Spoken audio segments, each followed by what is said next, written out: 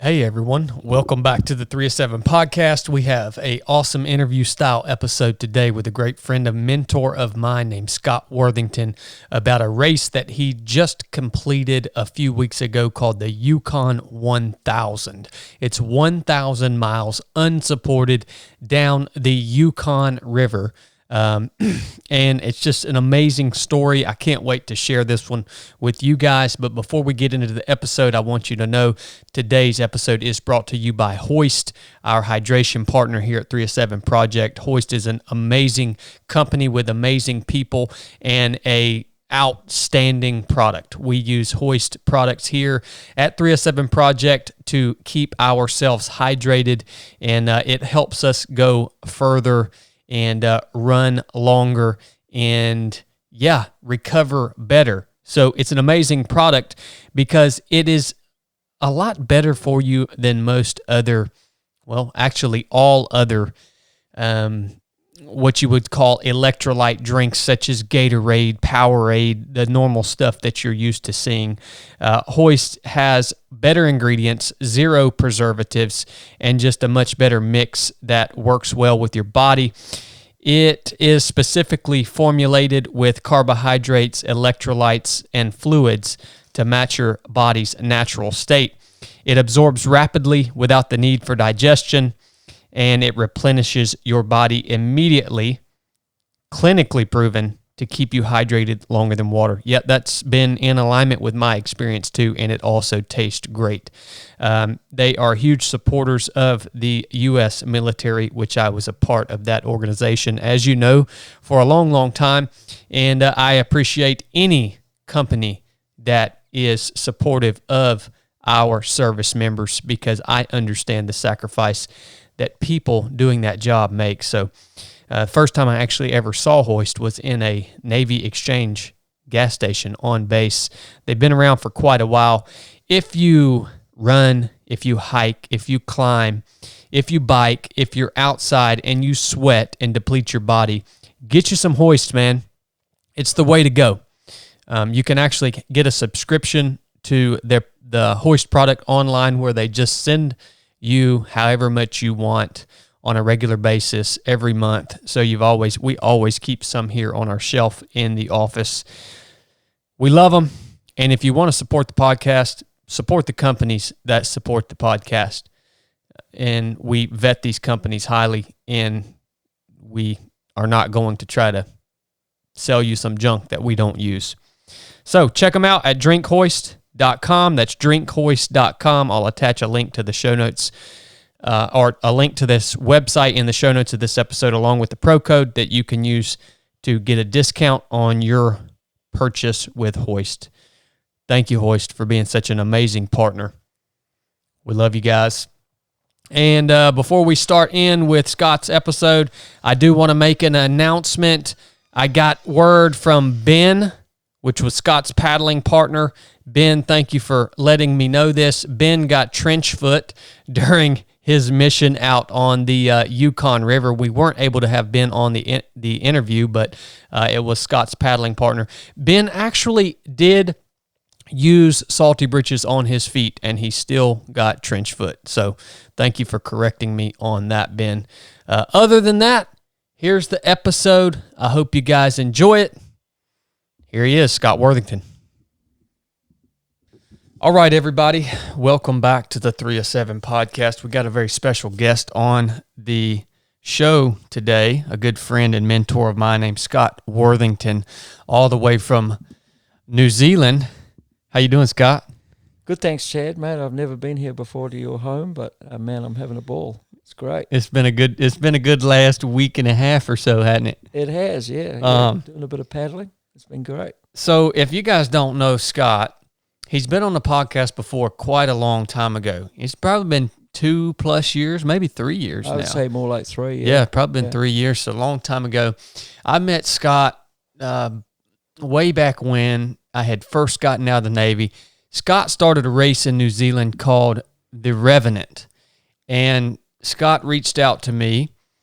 Somehow he found me on Facebook or Instagram or... No, I found you because another American friend who was a ranger That's right. And he was at a podcast, and he was going to come to the race, Mm-hmm. and then he got posted, and he overheard you on this podcast basically saying you were looking for something, and he thought that my race might be what you were looking for. Yep. So he put me in touch with you. So that was the connection. That would have been Trail Runner Nation podcast probably. Yep. And that was, because that was before I was even on social media. That was right almost when I got out of the Navy. And Scott reached out to me and said, hey, I've got this race called the Revenant.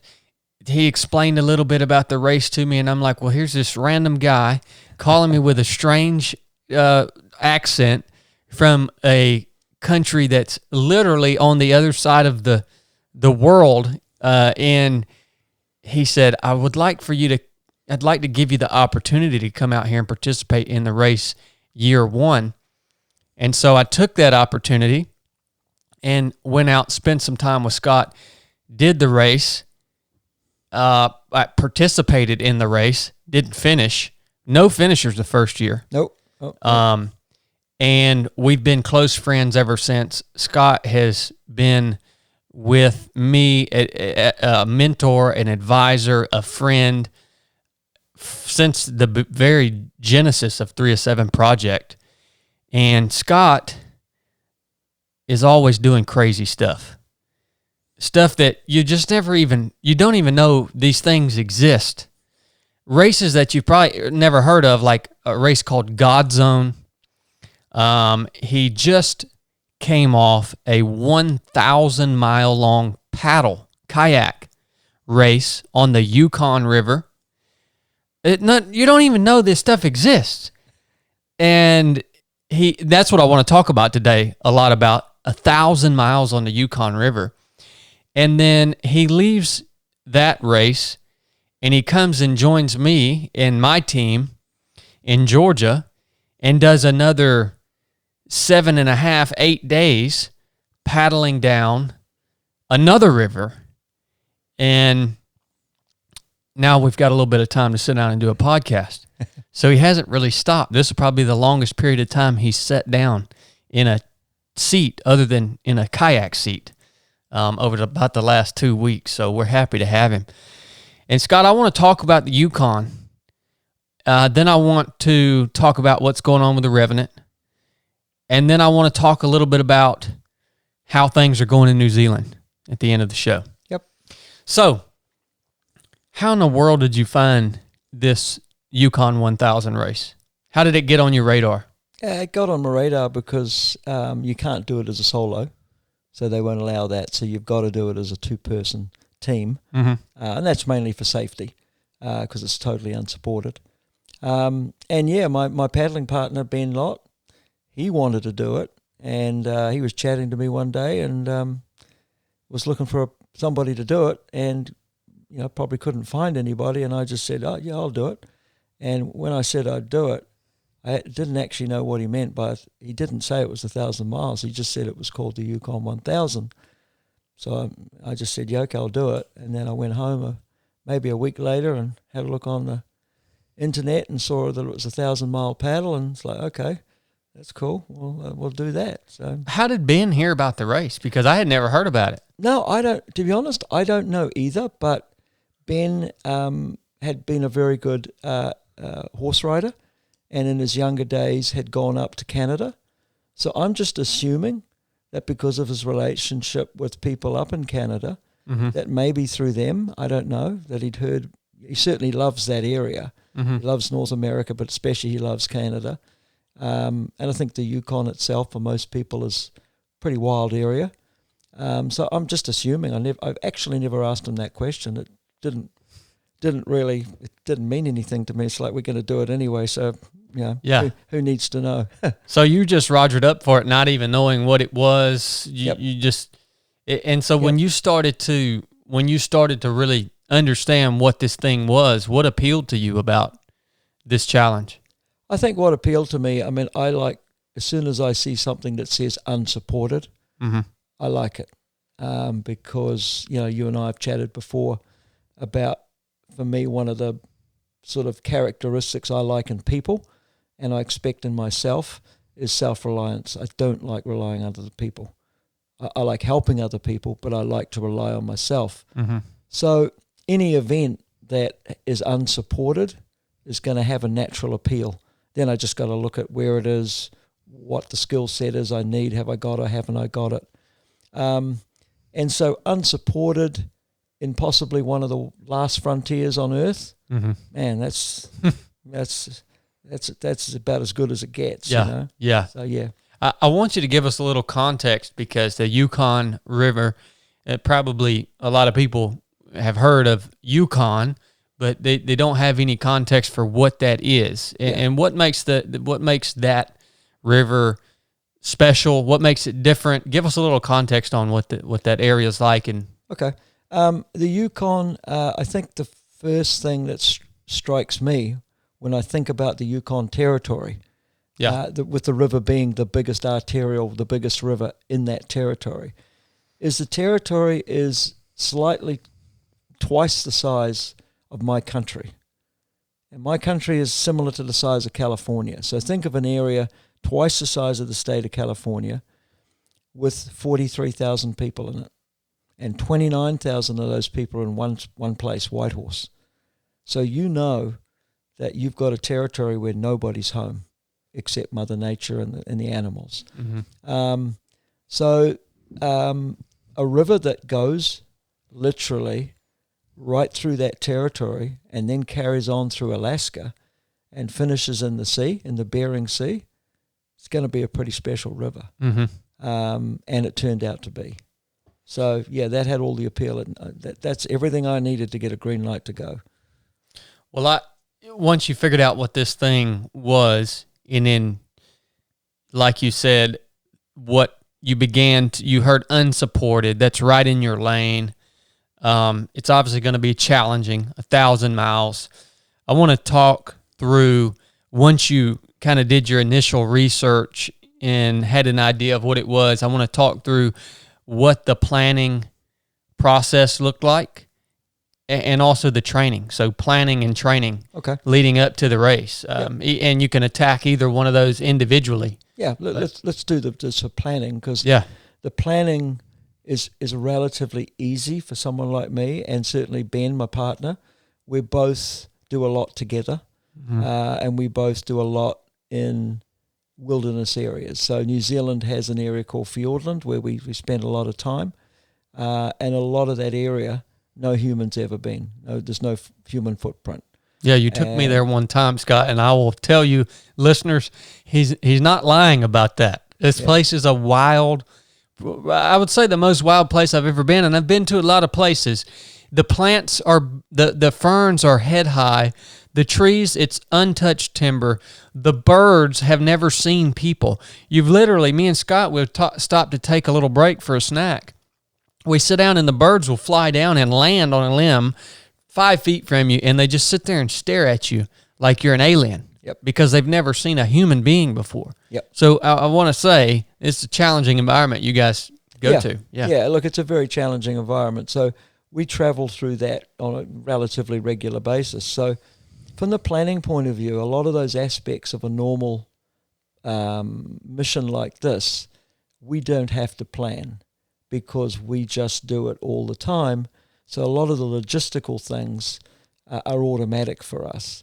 So the planning was really based around, simple things like, where we're going to buy equipment, what we were going to take from our home country versus what we were going to purchase. We looking at taking our kayak versus hiring a kayak. We ended up hiring one because it was very expensive. It was about $40,000 to get our own equipment over. So it was those sort of relatively simple things that really made up our plan. That then morphs into the training, because part of our plan was, I'm in my 60s and Ben's in his early 30s. So the way we would train had to be different, and the way we train became specific to the task that we chose to have in our little team. So, we're both very good navigators. Ben probably reads rivers better than I do. So in other words, we're both good, but that's not good enough. You want to hone in on who is best. There's no egos here. It's a matter of just making sure the best person is charged with doing that task. So our planning was also around our training, and that training would be specific to the task that we were going to take on in the race. So I tended to take on the sort of the workhorse. So a lot of my training, for example, I trained a lot on the water, but I also trained a lot on a specific kayak erg. And the reason I did that was because I knew you're doing 1,000 miles. There's going to be parts where it's boring. It's going to be monotonous. Yeah. And that's monotonous because of the pain, because of what's happening around you. And what the erg offered me was that. It offered me the ability to sit in my garage or my gym. My gym actually allowed me to take the erg into the gym, so I could paddle in that environment, and then I could do my weights and everything bounce straight off the machine. And that culminated in me doing an 18-hour erg effort. 18 hours because that's what we had to paddle every day. So that allowed me to be the sort of the base, the old boy in the back, just sort of, could keep going. That's interesting, Scott, that you pointed that out, because most people would think, well, you're training on that kayak erg, which is describe what that is a little more to the people, because we have rowing machines in the. Well, it's exactly the same. Imagine something like a normal rowing machine with a fan, a resistance fan in the front. So it looks almost identical to that, but instead of a seat that moves, you've got a fixed seat like a rower, and you have a true paddle handle. Okay. And you've got a pulley either side, and you can actually paddle it just like a kayak. Gotcha. Okay. So it rewards really good technique. But of course, the biggest reward for me was the ability that it just amplified boredom.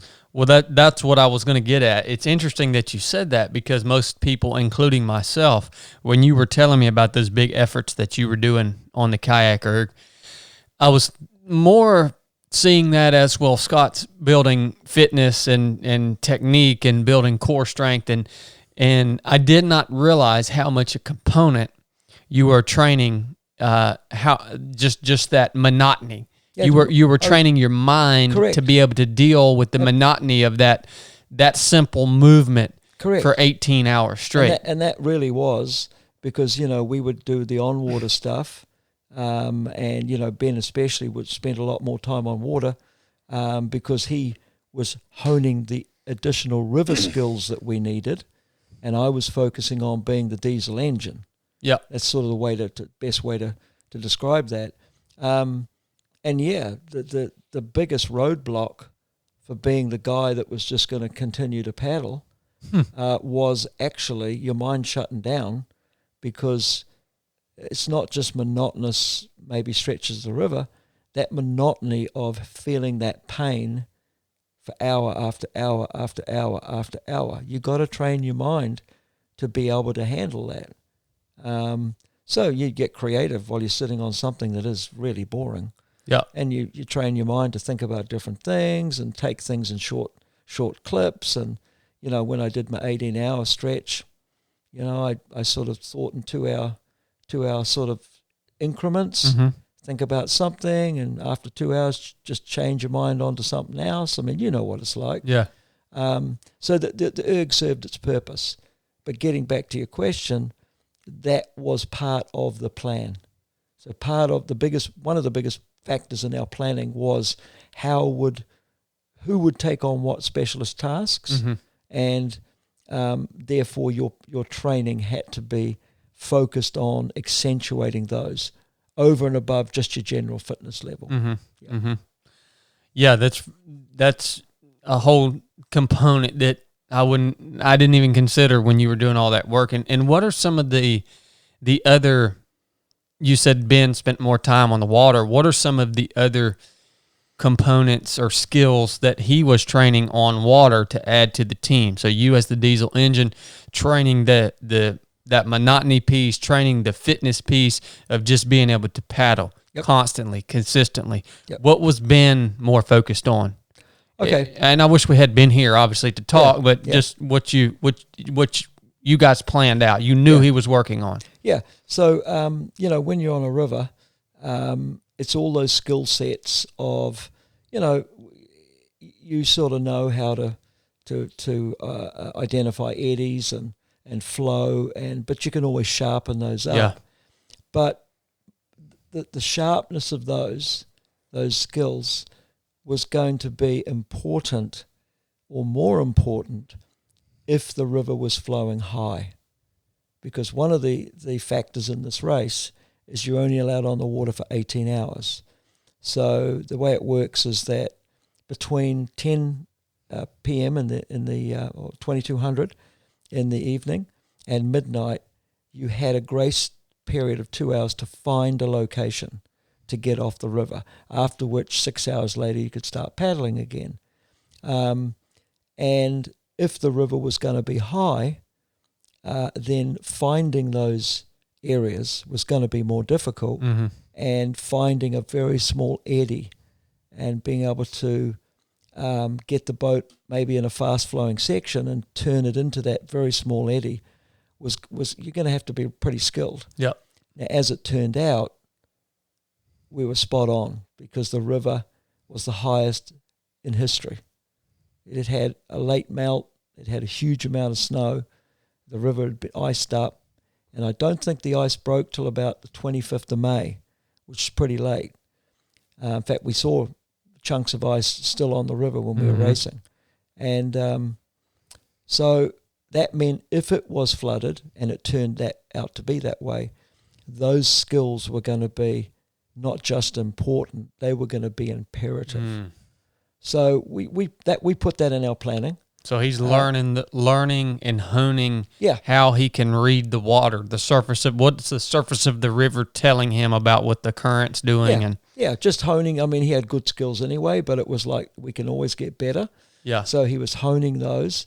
He also, a good friend of mine, his name is also Ben. His name is Ben Fui.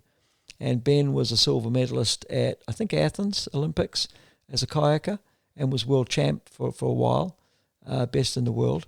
And so we engaged Ben Fui to help us in our preparation. And again, that was just fine-tuning little things. And again, it turned out to be a really, really good choice or good decision that we made to take skills that we thought were probably good enough. But it was a really good lesson, and you can never be good enough. Yep. You can always learn, and I know that's a cliche, but we got to the race, we saw the water levels, and there is a race called the Yukon HOIST that only goes halfway. It goes about just under 500 miles. It goes about halfway. And that happened, I think, just over a week before our race started. And they put out alerts, and they had safety boats. They had all sorts of things on the river because you simply couldn't stop. But we had to stop. Yeah. So here was a race where they had put all sorts of things in place to help the racers, achieve their goal, because they couldn't get off the river. Yeah. But the race director for us doesn't do that. It's like, well, the conditions are what the conditions, sort it out. Truly unsupported, yeah. It's totally unsupported. So, he made us aware and gave us some good intel. Let me grab a bottle real quick.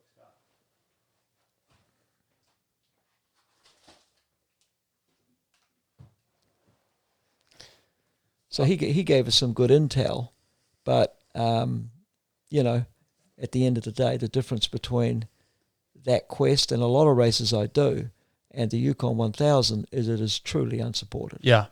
So in every way. Now, who ended up taking lead nav? You or Ben? Or did that change? Yeah, it changed a little bit. I mean, there were sections where there really wasn't any it was just basic nav. Yeah. And that was a reasonable proportion of the race. Then there were areas where I would take a nav. I was running the maps off the front. And then there were areas, especially probably through the most difficult part, which is the flats. There were areas where we both work on it, and through the flats, I would say, if you wanted to weight it, I'd say probably Ben took a little bit more on, but it was a very, very difficult area. And maybe we can talk about the flats. Yeah, we will. Issue. I wanted to bring up Nav just right now while we're talking through the preparation also, because I remember you telling me that certain sections of the river haven't been charted or mapped properly. So how at what point did you engage that, and how did you acquire the material that you needed to navigate the river? Yeah, that's right. So up to Dawson City, which is roughly just under 500 miles, so just under halfway, there are very good local maps done by a guy called Mike Rourke, who's over time just charted and gone down the river multiple times. And so you've got a basic map of the river with points of interest, and which is enough for you to navigate those sections.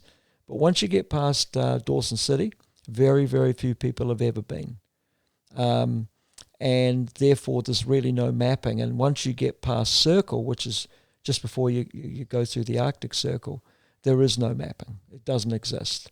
So, the preparation for the navigation was done by myself. I took that task on at home, and I compilated Mike's Rourke's maps, and then the last section so we had, I think, 90 maps was the number of maps we used. And the last third of the race, I just gridded up. So I basically played around with Google Earth. I got the scale I wanted to, and then just gridded them up with, longitude and latitude, and put them into booklet form. Lots of guys. There was lots of interesting ways of formats of how you would create your maps, remembering that we can't get out of the kayak. We can, but it slows you down, and as it turned out, so much of this river you just couldn't get out. Yeah. It was flooded.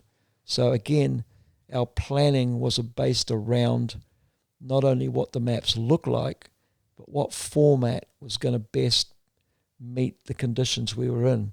So fundamentally, you'd have to have those maps on your lap, or maybe just in front of you, and they had to be of a size that was legible, but they also had to be of a format that was easy to access other maps, maybe as you change from one map to the other. Yep.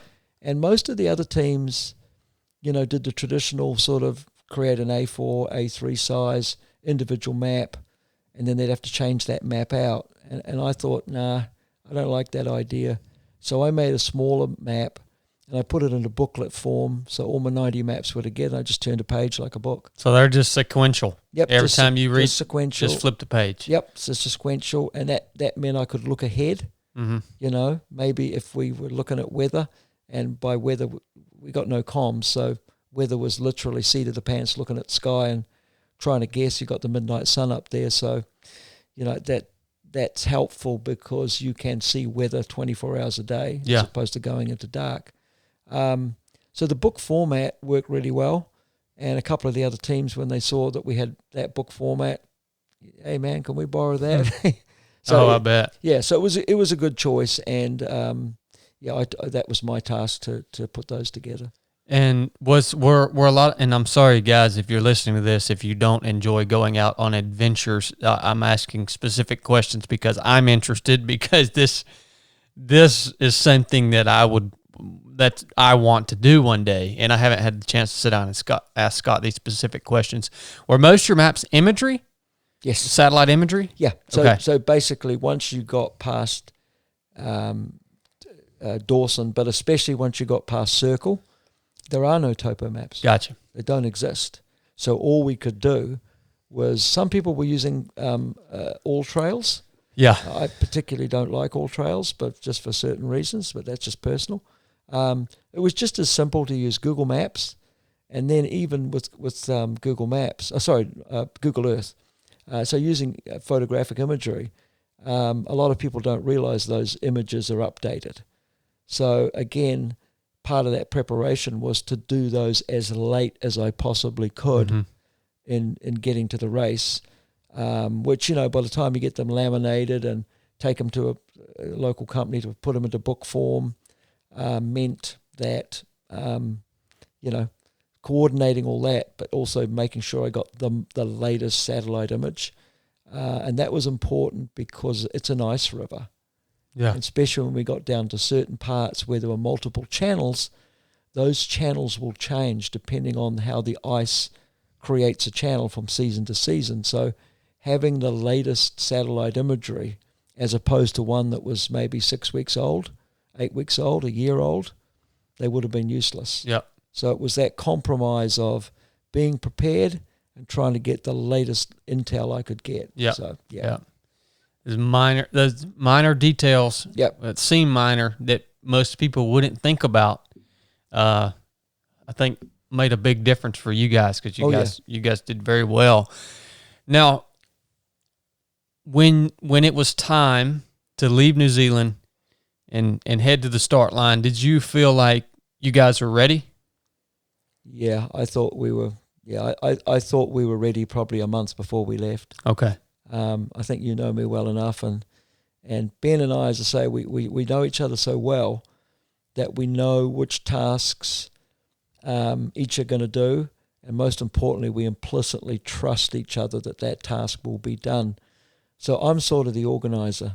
Mm-hmm. I just naturally take those roles on, and when I take that role on, I really appreciate my other team member trusting me to take them on. Mm-hmm. I don't, and Ben's the same. He takes tasks on and doesn't expect me. I trust him. Yeah. At the same time, is that funny sort of like, I don't really like it. People sort of keep asking me, have you done this? Have you done that? I've done it. Mm-hmm. I've got confidence. I've done it. And so we trust each other that well. So we were all ready to go well in a month before we even got on the plane. Mm-hmm. So, yeah. And, all right, so you leave New Zealand. You're feeling confident. You're feeling ready. Probably chomping at the bit if you feel like you've been ready for a month. Yep. You fly to Whitehorse. Is that the first place? Is that where you guys arrived? No, we actually, so Ben went up a couple of days earlier than I did because of his friends in Canada. So from New Zealand, we had to go to Vancouver. Okay. So he went up to Vancouver for a couple of days earlier than me. I flew in, we regrouped.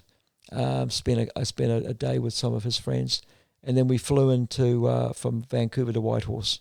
Okay. Yeah. You get in Whitehorse. What's the first thing you do? So we landed in Whitehorse. The plane lands. There's only one flight a day, and it lands at midnight.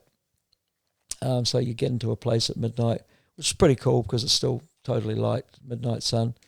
So we had an Airbnb all booked, and it was already done. So first thing we did was actually just put our heads down. But the next day, the very first day in Whitehorse, we went straight to where we were hiring the kayak. Mm-hmm. So gear. Yeah. Gear. Just securing the gear, making sure, obviously, we're fingers crossed. We had a lot of gear that we're bringing from home. So we waited anxiously at the airport to see our bags. Yeah. But we even had a plan B, like if certain things didn't turn up, we sort of had a list of, we'd done some research of what Whitehorse had, and might not have been the quality that we wanted, but so we had a contingency plan, but everything turned up. So very next day, we just went to the canoe people there, who are great people, and who we were renting our kayak from, and we wanted to check the specific kayak we were going to rent. Yep. They were great. They gave us access to that kayak from day one until the race. So yeah, it was sort of gear.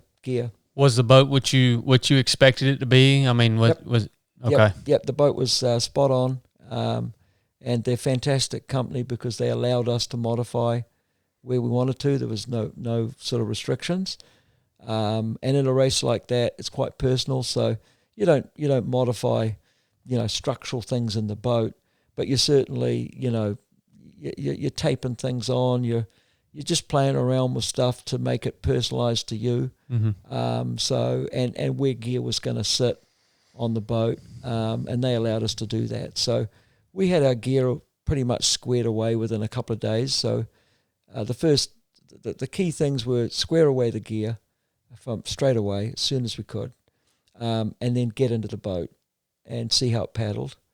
And we did that twice. So within the first few days, we had everything squared away, and then we still had about a week and a bit. And the reason we got there so early was this race. We were supposed to be here 3 years ago, but COVID has, created a thing internationally. None of us could travel, so this race had been postponed for 2 years. Yeah. Which basically meant that, a lot of the things that we had planned were just sitting there on hold, including, dealing with the canoe people. Yeah. So it was important that all that stuff that we'd been waiting on was there, was ready, was as expected. We got that out of the way so early, we ended up having a week and a half spare, because originally when we booked this with COVID, we wanted the ability that if one of us got it, we had a quarantine period, mm-hmm. so that we would waste all this energy and come up here and find out we couldn't do the race. Mm-hmm. So originally our bookings are all based around getting here, having the ability to quarantine if one of us did get COVID. Of course, all that disappeared over those 2 years, and we didn't have to worry about it. So we had sort of a week and a bit. Are you glad you had that extra time, or what? Did you get bored or antsy, or I mean, how'd that work out for you? No, we didn't get bored at all, because again, you know me well enough. As soon as we got there and we got the gear, and because we knew COVID, was no longer that issue, I'd already done some work, so we went up to the ice fields and spent some time up on in the Kluane National Park, which is just a sensational area, 2,000 glaciers, and so we camped up on the ice fields and did a bit of snowshoeing and stuff like that. So no, we were far from bored. We just filled our time and doing some other stuff. That's awesome. Yeah. Was the 24-hour daylight cycle, did that pose any problems in terms of getting rest and feeling rested, as before race day? It didn't really. Obviously, it takes some time to adapt to that. Ben took a little bit longer to adapt than I did, but even he adapted within 3 or 4 days. I adapted within 24 hours. And although you've got 24 hours light, there is still a change in the light. Mm-hmm. So at certain times, you just realize that, that's the trigger to sleep. So, within 48 hours, I was sleeping perfectly through the night. Ben might have taken a day or so longer, but no, we both acclimatized real quickly. That's good, because I would expect that for some people to be a major challenge in terms of being able to get good rest. Absolutely. Prior to race day. Oh, absolutely. And we were sort of we were interested in some of the other races and how late they turned up. And that's not something I would, even without the COVID thing, we would have always given ourselves a good solid week to possibly 10 days, because for us, we're the most advanced country in the world in terms of time. So massive time difference. Yeah. Everyone knows it's traveled with a time difference. That creates havoc with your sleep patterns. We'll add in the fact that the sun's never going to go down, and it's 24-hour light. And I mean light. I mean, it's light. Yeah. It's not just a little bit of twilight. It's totally light. I saw the photos. It's unbelievable. It's totally light. So you add those together, and I wasn't shocked that we adapted that quickly, but we'd given ourselves, that was part of our plan. I was more interested in the fact that some people didn't. Some people turned up a couple of days before the event. Yeah. And these weren't local Canadians. Mm-hmm. These were people flying in from other countries. Mm. So that was strange. But maybe they had work commitments. I don't know. But it's certainly not something I would have done. Yeah, yeah. I'll agree with that. Even when the 2 years I've been out to do your race, Scott, the Revenant, it's absolutely necessary when you're making that big of leap across the globe. 7 days, 10 days, I think it's absolutely necessary to give yourself that amount of time to get into that new cycle. And of course, you adapt very quickly. You have, I think I know you adapt more quickly than I do. You've traveled so much. You've traveled your entire life. I mean, you can just adapt to any environment, time change. What it takes seems like it takes you about a day. and you're good to go. Yeah, I think that's, everyone's got strengths and weaknesses, and my strength, or one of them, is when I'm in this sort of situation, is that I can adapt to anything real quickly. Yeah. Doesn't matter what it is. Yep. So that's an advantage. So race day is coming, and was there a race briefing the day before, the few days before? When did you get the race brief? Yeah, so the race brief was the day before we started. Any curveballs in that? No, not for us. I mean, there might have been for other people, but we were pretty prepared. And John, the race director, is a real cool guy, ex-services, ex-military, UK military. And so he's very black and white and easy to understand. There's no ambiguity as far as I'm concerned in his message. And we take that seriously. So, for race briefing for us was easy because we'd done everything by the book. Yeah. It might not have always been the way we would have done it personally, but it's his rules, not mine. Yeah. So, yeah, we were fine. So the race briefing was just a simple briefing in a hotel with a screen, just going over nuts and bolts and logistics. And there was one cut-off area, how that would operate. After that, you're on your own. Mm-hmm. And then we had, in that afternoon, a gear check. And he's very strict on the gear check. And there's a lot of gear that is mandatory that you won't find in just about any other race. And, a good example is, a proper military grade, like an Israeli bandage. You know what that is. Yeah. But most people wouldn't know what that is. And that's for, serious wounds, maybe an amputation, maybe, a really, really, really bad wound. Well, most events, it's a couple of sticking plasters and a, crepe bandage. Yeah, little ibuprofen. Exactly. Yeah. So, so for us, the gear check was easy because John very much, he vets the race. I think he said he had about just over 4,000 people try and get into the race for 40 spots. Well, he allowed 28 in the end. So he's serious. And so for us, the race preparation was easy because we took it seriously. How much did he stress the grizzly bear activity? Was that stressed in the race briefing? Because it's a huge component. I mean, the race is, that time of year, the river is just thawed out. I imagine it's a magnet for the grizzly bear population down there along that river. Yeah, he certainly stressed it, but I think he's a realist. And like a lot of things in this life now, especially, we can get carried away with the way that we emphasize certain things. And certainly the grizzly bears, or the bear issue is something you had to take seriously. Yeah. And so that was all about, keeping your food separate, keeping the clothes that you raced in separate from what you slept in, all those sorts of good things. So on one hand, he briefed everybody appropriately, but then he brought a degree of realism, which is, guys, bears don't want that. They're not a predator on man. They're not going to flat out attack you. So there's more chance that you'll have, do damage to yourself by not navigating right, by not, reading the river right, and maybe tipping out of your kayak, or, a moose. One team had a moose run through their tent, so. I was going to mention that. It's interesting that the closest call with wildlife ended up coming from a moose, moose and not a grizzly bear. Yeah, and in the briefing, that's exactly what John said.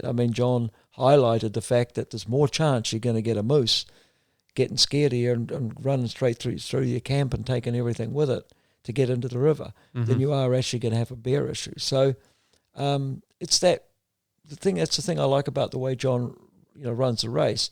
He does what's needed, but then he adds the realism and practicality to it. Okay, guys, don't be idiots. Do what you need to do with the bears, but the chance of you running into a bear that's going to take your head off is really, really low. Yeah. And so it turned out to be. Yeah. So, yeah. Well, I want to work through the race, just kind of get a synopsis of the highs and lows day by day. Yep. So total number of days, how many? We finished in 6 days and 15 hours. 6 days, 15 hours. Yep. Let's talk about day one. Yep. Highs and lows, things you didn't expect. What was day one like? Fresh on the water, man. Yeah, fresh on the water. We had there's this little section there. It's about 20 miles long out of Whitehorse that they sometimes put the tourists on just to do a short bit of the river. So we did a trial down that area. They call it the Burma Road, which is an area where they can get a car in and lift your kayak out. So we'd done our sea trial or kayak trial twice down to the Burma Road. Well, that's the first sort of 20-odd miles of the race. Mm-hmm. So when the gun went, we're off. It was really comforting. I mean, just like we were in our zone straight away because we'd done that. After the first part of the first challenge in the race is Lake Labage. So the river becomes a lake, and that lake's just over 50 miles long. And the day we got there wasn't a breath of wind. It can be a place where it's quite exposed, it's quite wide with mountains on either side, and conventionally people fear it or take precautions because apparently the wind can get up, the waves can get up, to the point where you have to pull off. You just literally a kayak or a canoe can't literally navigate it. When we got there was not a breath. I've got photos. I mean, there was just a reflection the whole 50 miles. Wow. But it was hot.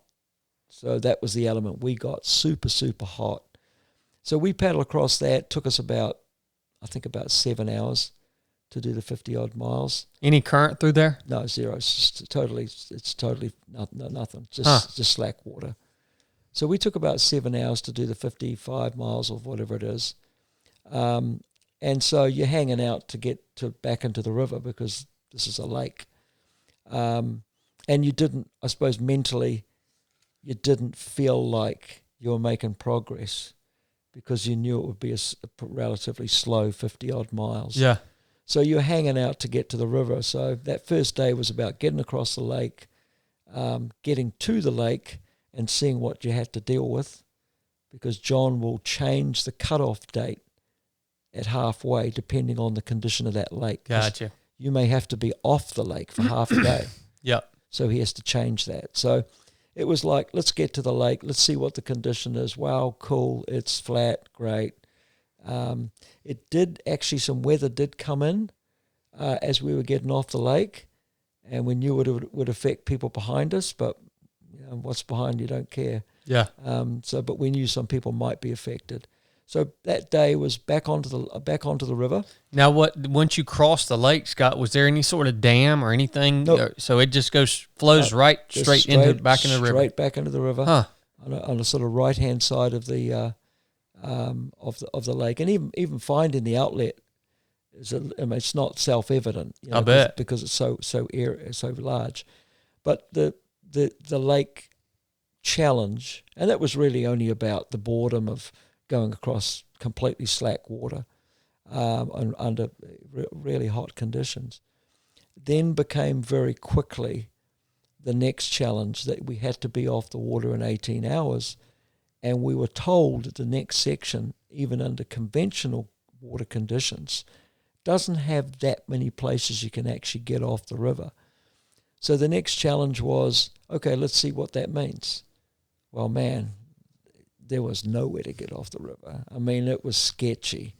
So then it became sort of, paddling and trying to put miles behind you. We wanted to, in that first day, we wanted to try and get, and I'm going to be in kilometres here, so I'll flip it around to miles to best I can, but we wanted to get around 190 to 200 kilometres under our belt that first day. We thought that would be a pretty good start. So that's roughly about 110 miles under our belt that first day.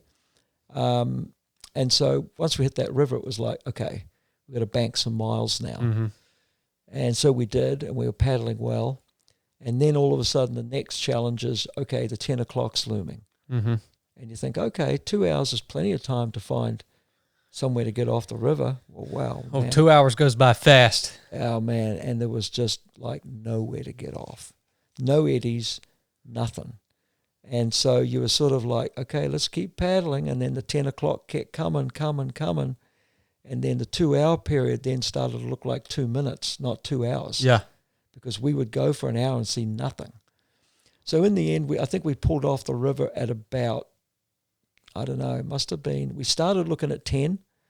We then changed tact and thought, okay, there's so little few places. Instead of thinking of using the last hour of that grace period, we thought we better start looking. So we actually, I think, started looking at about 9:30 just to start seeing if we could see some patterns. We couldn't. So at 10, we started to really look hard, and I think we got off the water eventually at 11:30. The place we finally got off was sketchy as. I mean, we ended up sort of identifying it in advance, and we were approaching it, and the flow was reasonable there. So the only way we could navigate to it was to actually go past it and then paddle upriver. And it was pretty swift there, no eddy.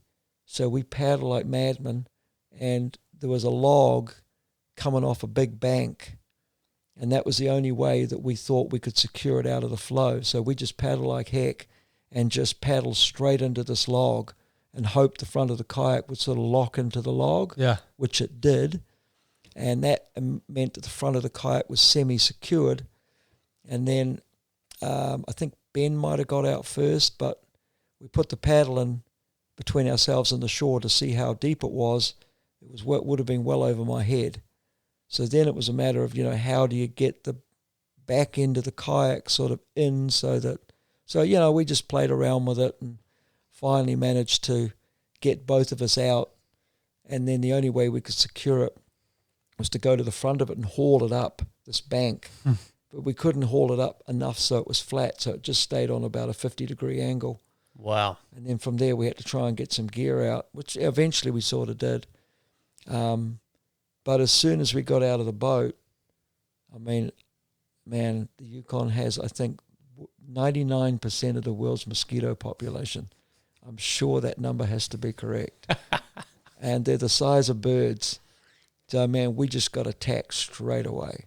So, you're trying to get this boat out, your legs, your face, your arms, they're just in swarms.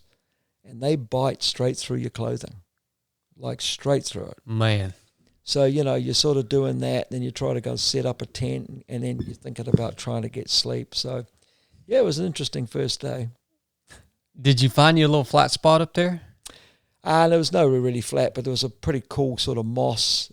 So we were in that particular camp was in pretty thick, tree spruces, and it had all this moss, and there was a sort of I don't know what it is, but it had a big thorn on it, so that would rip your skin. So I sort of cleared it just enough to get the footprint of the tent in. Yeah. Once we got into the tent, we found that the moss was great because we did have our sleeping pads down, but we could have almost gone without them. Yeah. It was that lovely and spongy. So, awesome. Yeah. And you take your full 6 hours. You have to. You got to take your full 6 hours, but obviously you want to be on the water at 6 hours. So you're getting up early. So I think that morning we might have got up at about, I think we set the alarm for about 3 a.m. Got up, broke camp. At that stage, the water in the river is sort of drinkable. Mm-hmm. We can talk about what happens later, but at that stage, it is drinkable. But we'd bought some water from Whitehorse. We thought, well, it's just another day. We don't have to filter water, speed things up. So we pretty much in the mornings we eat cold, so just banged water in our dehydrated meals, packed camp up, got in the boat and left, and then we would one of us would paddle and steer with a paddle, because it's the kayak we had was a rear steering kayak. The back person was using the rudder pedals, so the front person can just guide it with their paddle. So one would eat, the other would paddle, and then swap, so that we're moving on the river. Mm-hmm. So we packed up. Normally the set up a camp would take us about 15 minutes maybe. Break down about the same. Yep. On the water, cold breakfast. Yep. You eating one person eating, one person paddling? Yep. So basically, prep for our food, and how it works in the race is, and you I know you do the same. So we work out a day pack of snacks, and they're all allocated per day, so that literally when we're going into our food, we're not thinking about what's there. You're just pulling out one Ziploc bag. It's got everything you need for the day. it goes on the kayak, and that's it in your cockpit, and so that's fast. Again, we've allocated meals in terms of our dehy for both our breakfast and our dinner. So you're just pulling one of those each, putting some water in, locking it up. Everyone's got their own different way of doing it, but I like to put it down in between my PFD, or if I'm hiking, whatever I've got as clothing, I like to secure it with my pack straps against my body, and 20, 30 minutes later, you get a smidge of warmth back in it from your body. Yeah, so, you taught me that trick. Yeah, so the water's just a little bit warm. It's just a mind psychosomatic thing, but it feels good that you've got some warmth. So we just we do that, and then one eats, the other paddles, and then we swap. Anything stand out from day 2? No, other than the fact that day 2 you're in your groove. Yeah. Day 2. So from a process point of view, it felt really good. We made good mileage. We were sort of aiming to average a number. And that day we actually did our biggest day, because day 2 was about day 1 we knew would be difficult because of that big flat water section. So that's why we set our sight on a smaller number. Day 2 had to be a bigger number so that we could hit our average, because we wanted to average roughly 150 miles a day. So day 2 was about having a big day so we could pick that average back up and give ourselves that little bit of, banking a little bit of leeway for ourselves if things were going to go wrong. So I think day 2 we did nearly 300 kilometers. Wow. In that second day. So that's, 300 kilometers? It's about 170 miles, maybe 180 miles in that second day. So that's what stood out. How do you get that type of distance in one day? I mean, was the flow in that section in day 2? Was it just real strong flow, or is it just working hard? Or yeah, just working hard and minimizing stops. Yeah, which you're giving yourself some leeway so that later on, when more fatigue sets in and you've got to take more breaks, you're giving yourself that opportunity to do it. So the strategy for most teams, I think, was pretty much the same, and that was an hour on paddling and 3 minutes off, because that's how we worked. So you paddle, talk, and whatever you need to do, but you didn't pee, you didn't eat, you didn't do anything for an hour. And then that 3 minute period was when you did whatever you needed to do. If you were cold, you put a jacket on, whatever you needed to do, you did it then. And too bad in the next hour. You just had to hunker down and put up with it. You can do anything for an hour. Correct. And that's the way you got, we got speed. So that second day, nav went well, everything went well, but it really was about just putting your head down and minimizing all those little things that later in the race you may have to do, because your fatigue levels were at a different degree. That's smart, man. Yeah, that's smart. Now, you mentioned the heat earlier. Yep. What kind of temperature are you looking at? I would say, it fluctuated during the race, but when I talk about a hot area in the race, I think we were probably in the 90s. Okay. Yeah, Fahrenheit. That's warm. Yeah. Camp night 2, any drama there, finding camp? No, drama again, finding camp. But once you get used to drama, then you plan for drama. Yeah. So, a bit of drama. But a better campsite. Like, we had a slightly easier place to secure the boat. Still a similar type of setup, because with the level so high, normally there would be a bank, and then there might be a little bit of sand or rock or something that you could beach the kayak. But what had happened was the river was so high, it had flooded back into the trees. So, a lot of the time you were looking, you're thinking, even if I went in there, I'd be in a swamp. Yeah. But no, night 2 was, slightly better, but a similar type of camp in the bush. Yes, a bit of a challenge to get the kayak around and paddling upstream and using a ferry gliding technique, and so to get in there. So, but at that stage, you've settled into the race, and you've settled into the obstacles. This is what it's going to be. It's what it's going to be. That's right. And that's just the way it is. Yeah. So day 2 was a real good day because we were focused on that mileage, and we nailed it.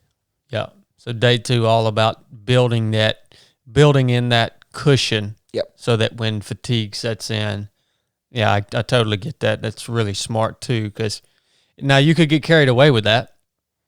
I think you could go too hard trying to build that cushion, and then you put yourself in the hole. You got to be smart when you're doing that.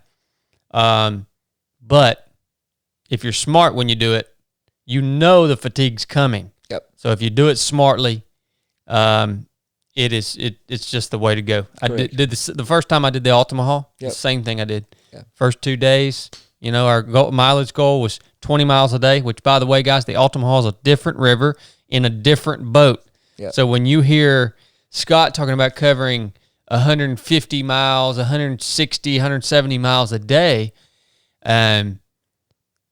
understand that depending if you are planning your own paddle mission, don't shoot for those numbers on every body of water in every type of craft. All right, these guys are covering massive amounts of miles. I still can't comprehend it, but that was the same thing. So I think that you got to do it, but you got to do it smart and not put yourself in a hole. Yep.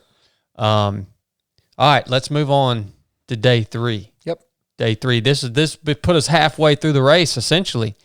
Yeah. Nearly. So, So day 3 was, again, a good day because there was a couple of features in the race that gave you a goal to hit. So one of them was Carmax, which is just a very, very small settlement.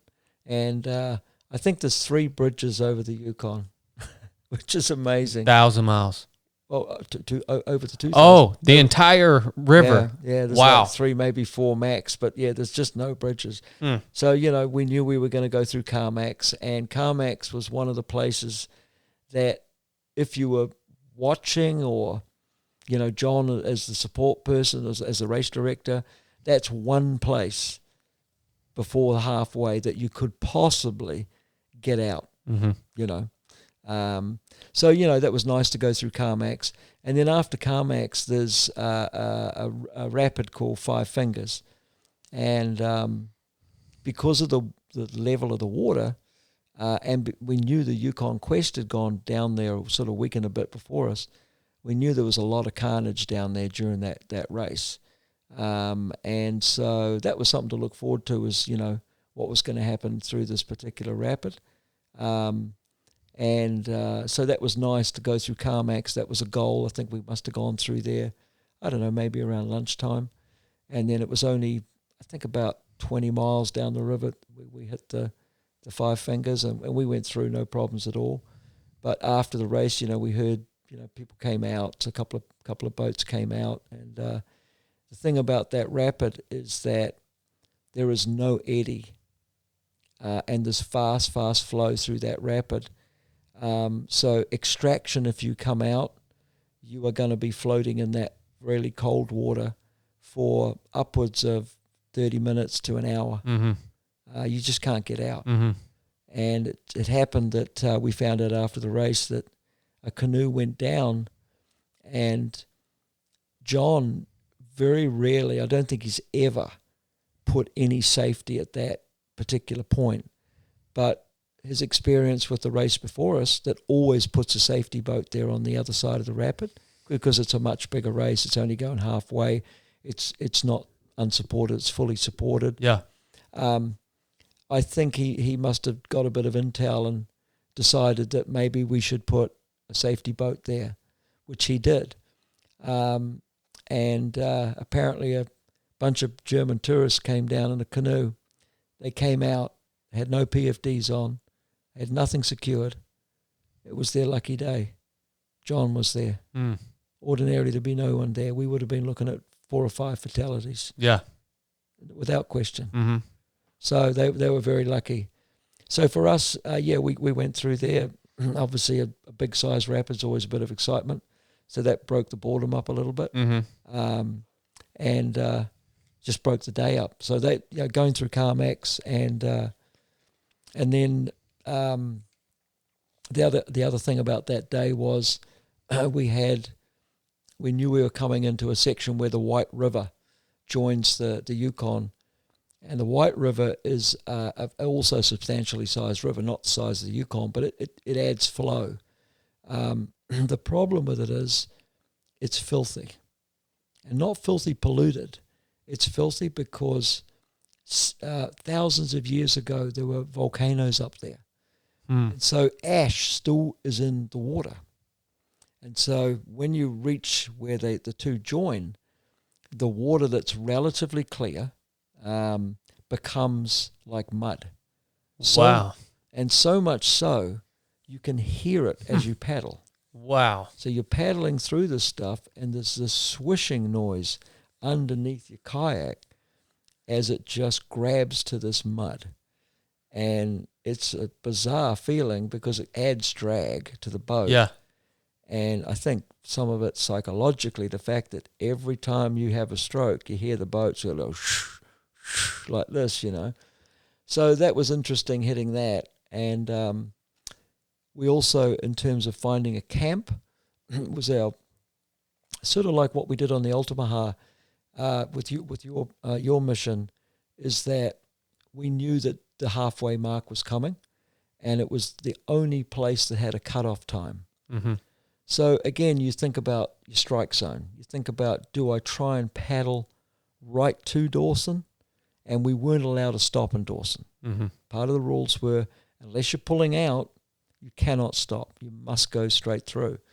So we had sort of looked at the maps and picked up a couple of areas, because now the river started to widen, and we started to get some sandbars start to appear in the middle of the river, albeit that because of the high level, those sandbars were pretty small and pretty sketchy. Yeah. But at least we knew there was going to be a little bit more opportunity. So we had chosen a place on the map which we thought would put us in a real easy position the next morning, just to paddle through the cutoff zone, and be no problem at all. It must have been about, I don't know, might have been about 9 o'clock at night. And man, this absolutely vicious storm turns up. I mean, the lightning and the wind came up, very much like the wind we got on the Altamaha, but maybe a little bit more wind. And you had the cross currents of the White River and this sort of mud. And we just looked at it and thought, we can stay out in this weather. And the lightning was vicious. So it was just really big strikes, which we would find out later on next day was creating fires. Yeah. So we saw a good spot. It was probably half an hour to 3/4 of an hour earlier than we had planned to stop. And it was outside of the normal 10 o'clock curfew. Yeah. But you're allowed to start. You're allowed to stop earlier, but you can't start earlier. Your 6 hours then has to start from 10 o'clock. 10 o'clock, yeah. So you're losing time. Mm-hmm.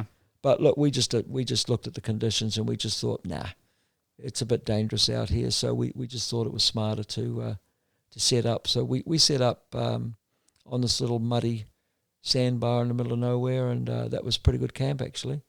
It rained during the night, and it was fine. Next morning we packed camp up and hit Dawson City, and it was cool. Yeah, a lot of people probably don't maybe some people understand, but you've got this immovable, Scott calls it an immovable object, right? Yep. Which is Dawson, yep. Which is the checkpoint that you have to go through. Yep. And so you can't stop at the checkpoint. So, therein lies the decision. How close do we want to get to this thing before we pull off? And you're taking in the conditions into consideration.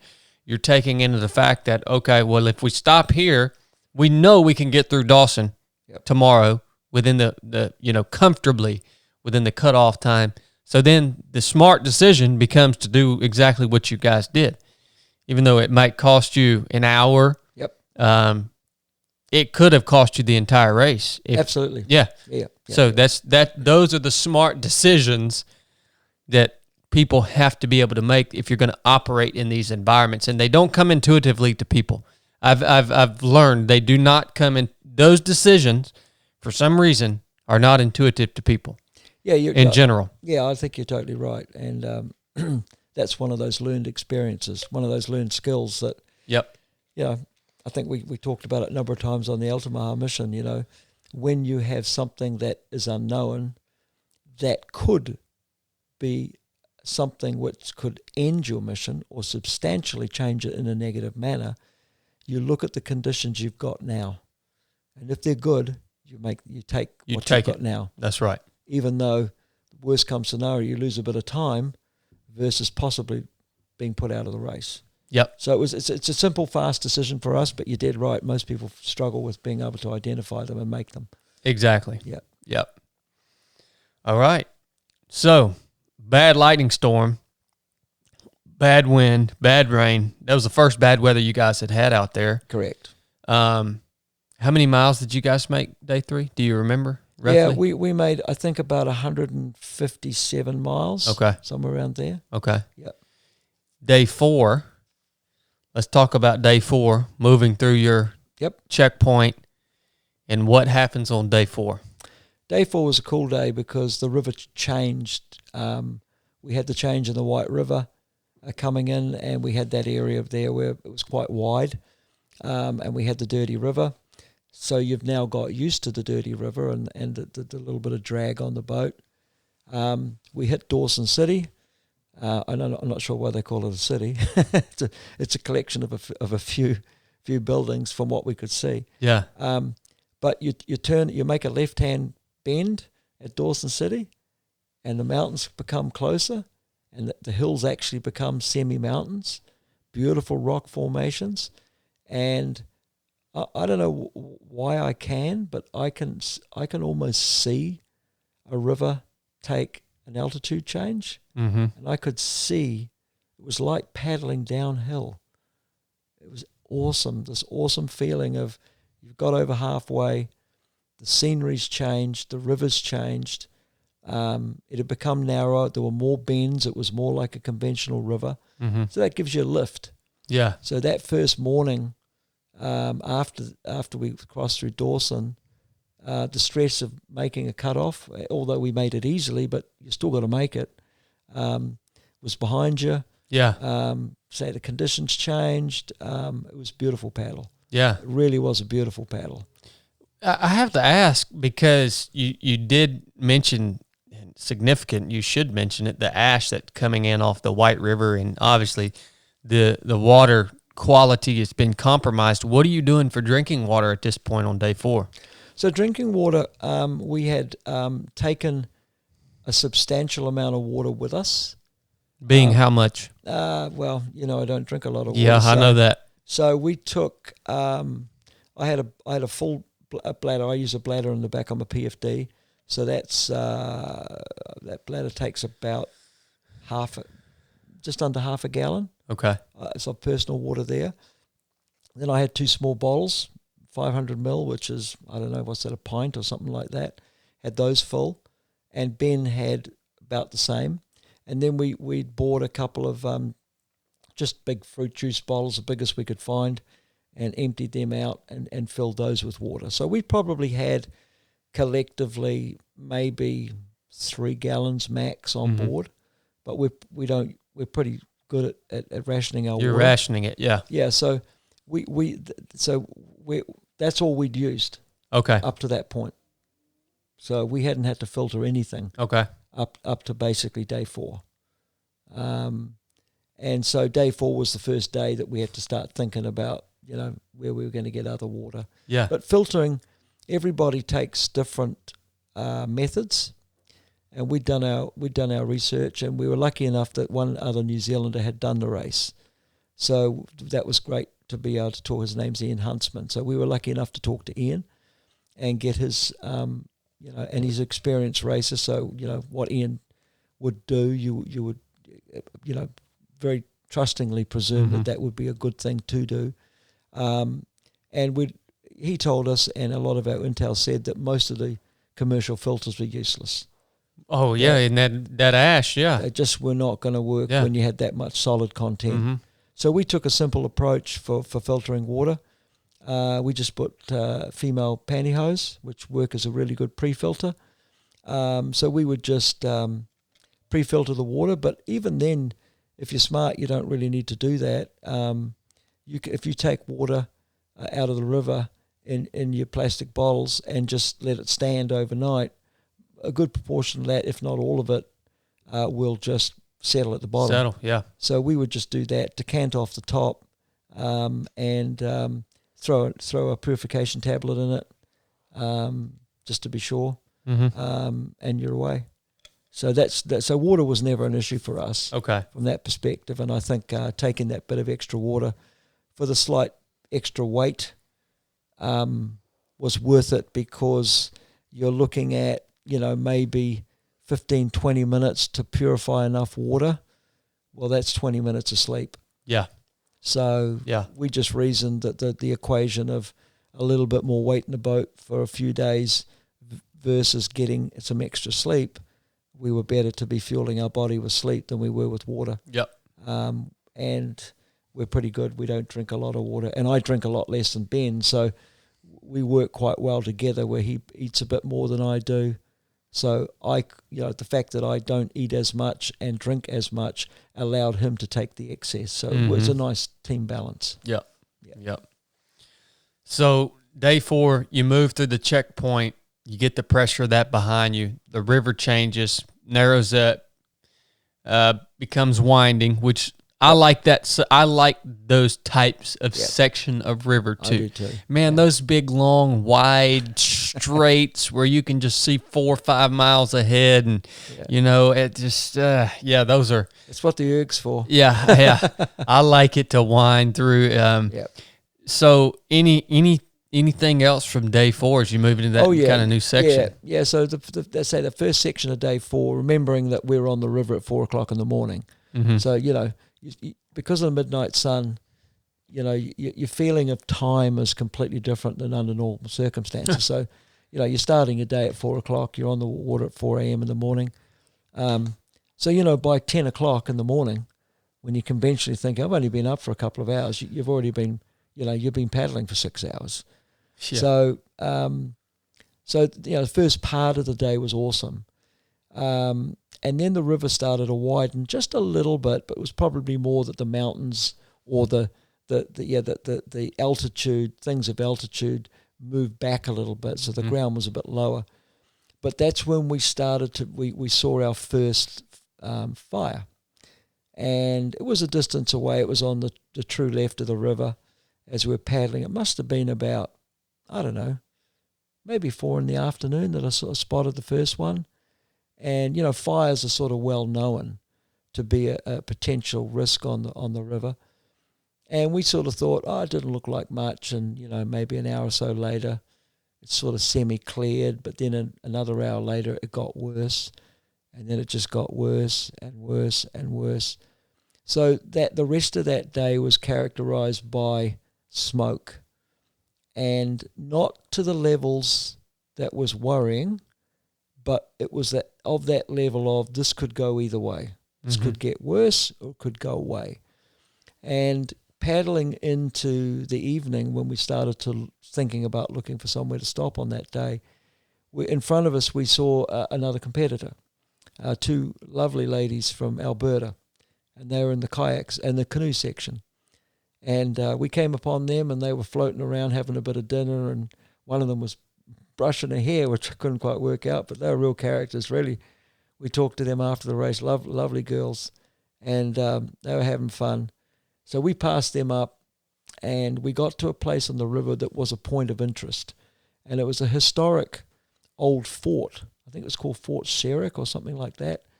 And so we thought, that could be on the map, that looks like it could be a place to camp.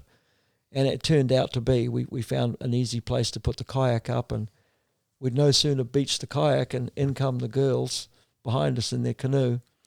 So we yanked our boat out of the way because they couldn't beach if we didn't move. So Yeah. we moved our kayak out of the way and sort of assisted them get out of the water. And we went to the top of this bank, and I could see a building along to the right of us, which must have been part of the old fort. And you wouldn't believe it, along comes a side-by-side. So these are First Nations people, and just living out in the back of nowhere.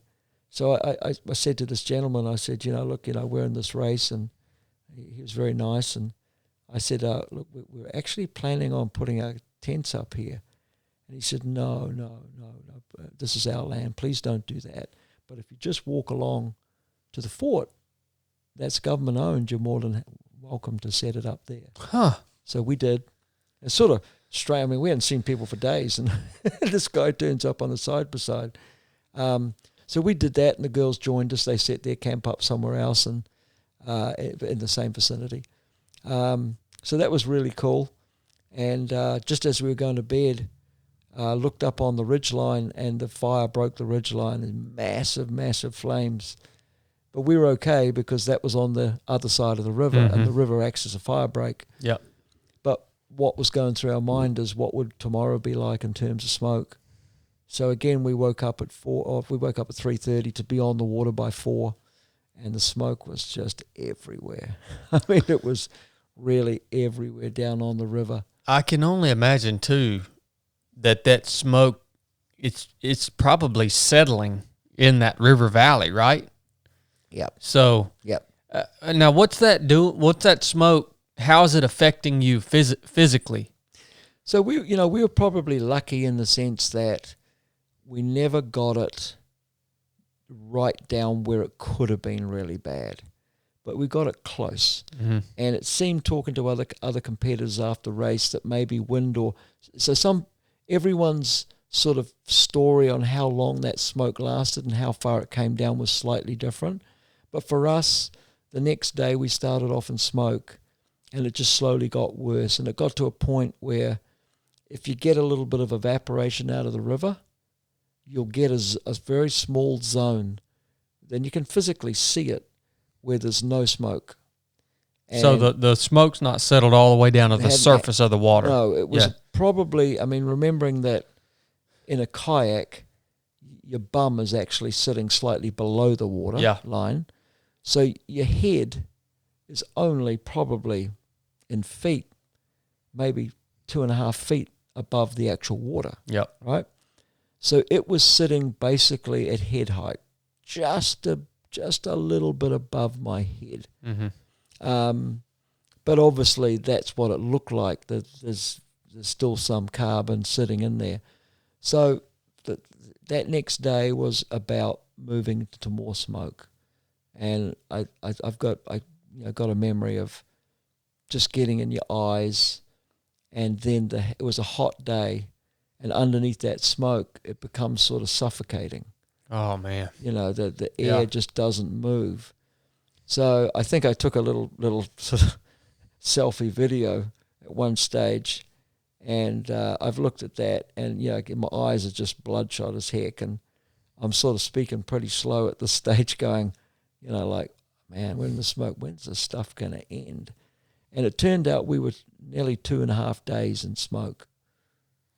So we're on day 5 now. We're on day 5. And when I say 2.5 days, remembering it had started a day before. Yeah, so halfway through day 4. When we saw those first fires. And so, but we were going in and out of smoke. Mm-hmm. So it was, okay, yeah, okay, now it's okay. Oh, it's a bit bad. Oh, it's okay. Mm-hmm. We thought that would continue. But this next day, it was just, we got very close to, we had the conversation a couple of times. Part of the mandatory gear is smoke masks and goggles. Because ultimately, if it got really bad, you've literally got to get out of your kayak and get into the water. Yeah. That's your last sort of port of call in terms of safety, and hopefully it blows over. And we had that conversation several times, like, do you think we need to stop? Is this now the time to get the goggles out, get the masks out? What would have been that point? What were you guys how were you guys talking through that? We were just talking through that based on how we were, good comms and how we were feeling. And we were lucky that, you'd get, just when you'd get to that point where you think you might do it, you just get enough clearance that the eyes would either stabilize, and that was part of it, not get worse, or just a tiny wee improvement. Mm-hmm. And you're in a race, so you don't think about stopping lightly. Yeah. You just don't. So you think, oh, well, do I really want to stop? By the time we find a place, get out, get your masks out, get those on. So it has to be, you have to reach that point where you have no other choice. Mm-hmm. So we kept being offered very slim choices to continue. Mm. So, but that day was characterized by that for me. And Ben, I think would tell you the same. Any effects on your lungs? No, respiratory. I never felt any. Obviously you got the smell and that sort of thing, but no, it was more just eyes, and this heat, this really suffocating, oppressive heat. Yeah, that just made, you not struggle, but just made your breathing, all those things that on an event you try not to think about because they're Mother Nature's automatic systems in your body. Yeah. You start focusing on those things. And once you start focusing on those, you're not far away from trouble. Wow. Would you, now I know you don't generally look at things in terms of difficulty because you're processing things in a different way. But if for the listeners, would you say that was one of the most difficult day 5 because of the smoke? No. Okay. No, the most difficult day was yet to come. Okay. All right. Yep. So day 5, how many miles did you guys get day 5? Again, we were right on the money there. So we were doing that sort of between 150 and 160 Stayed miles. real consistent then. Real consistent. We had the paddling down. You know what it's like, Chad. I'm sure when you went out on missions in the military and in your public life, when you're on a long mission, the body's a wonderful thing because it's only the brain that's telling you to stop. So you just got, we knew like in these sort of missions that you just got to get over the pain of the first 3 days. By day 4, the brain goes, well, this idiot's just going to keep going, so I might as well switch off all these false indicators, and you just get in the groove. Yeah. All that pain means nothing. Yeah. And you can really start focusing on the true dangers. Uh-huh. Feeling a bit of pain in your arm or your bum or something, it's not a danger. It's just an irritation. Yep. So by day 4, both of us were like in that zone, and many times we could have pushed a little bit harder, but for other reasons we might, smoke and other things. You don't want to push to the point where you break yourself, because this is an unsupported race. You break yourself in a 100-mile running race or something. Hey, the guy up the road at the support station is going to come down and pick you up in his car. Yeah. John told us once we get past Dawson, we had to be self-sufficient for at least 2.5 days. Couldn't even get a helicopter in there. No one was coming. So that gets real serious. There's something called we call it in the military, we called it the golden hour. Yep.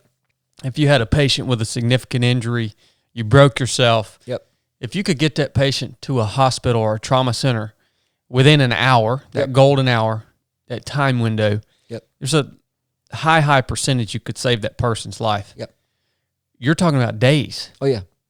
No one's coming. No choice. No choice. So therefore, your decision making. You got to be smart. Yeah, your decision making has to alter, and all those little things about stopping or potentially breaking something, because your lifeline is your boat and your paddle and your food. Those are your lifelines.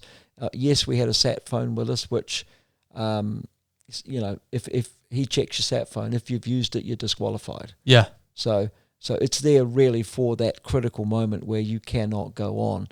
But, if I set the sat phone off, we were there for at least 2.5 days before someone came. So therefore, you thought about, well, there's no point in setting the sat phone off. Yeah. What's the point? So I just got to be smart enough that I don't break my boat. I don't, lose my equipment. I don't do those things that would not just end my race, they could end my life. I love that kind of pressure, man. That's what's so great about this race that you did. Yep. It's that's real. Oh yeah. I mean, you don't find that in ultra running. You don't find that in any other sports. It's also canned. Absolutely. Yeah. And I'm not putting those activities down, but they just don't have that component. No. They just don't have that component, and that pressure. It's what that real, true pressure that Scott's talking about. That is what sharpens you, man. Oh yeah, that sharpens that you, right? is the next level of becoming a operator, a human, mental toughness, all those components. That's the next level, is when the consequences are that real. Absolutely. So I love that kind of pressure. That's what I love so much about this event that you did. Yep. Well, likewise, that's what you loved so much, the unsupported nature of it. Absolutely. Day 5 camp. Yep. Hard to find. Good camp. No. So day 5 was the day that we went again. It was a good day because we had a number of milestones to hit. So again, it breaks the day up psychologically for you. So prior to that, we had Circle to go through, which was just that. There's nothing there. You can't even. I mean, you could see it in the distance, but it is the start of the flats, which we can talk about, which is the most dangerous part of the race. And then eventually, of course, you're going through Eagle, which where we cross into Alaska. Yep. And where you pick up a phone to sort of tell them you're coming into America. So nice little milestones. And the camp we had that night was again on a sandbar, and it was one of the nicer camps. One of the things you do there when you get out at night, so you don't just sort of land and say, this is it. You land and then you check the site out. And in this case, you're checking it for animals. Yeah. So we're checking it for. So we could see some decent fresh moose prints, but there was no bear prints or anything. So you're good to go. So that was a really nice spot. We had a really nice sunset, if you want to call it that.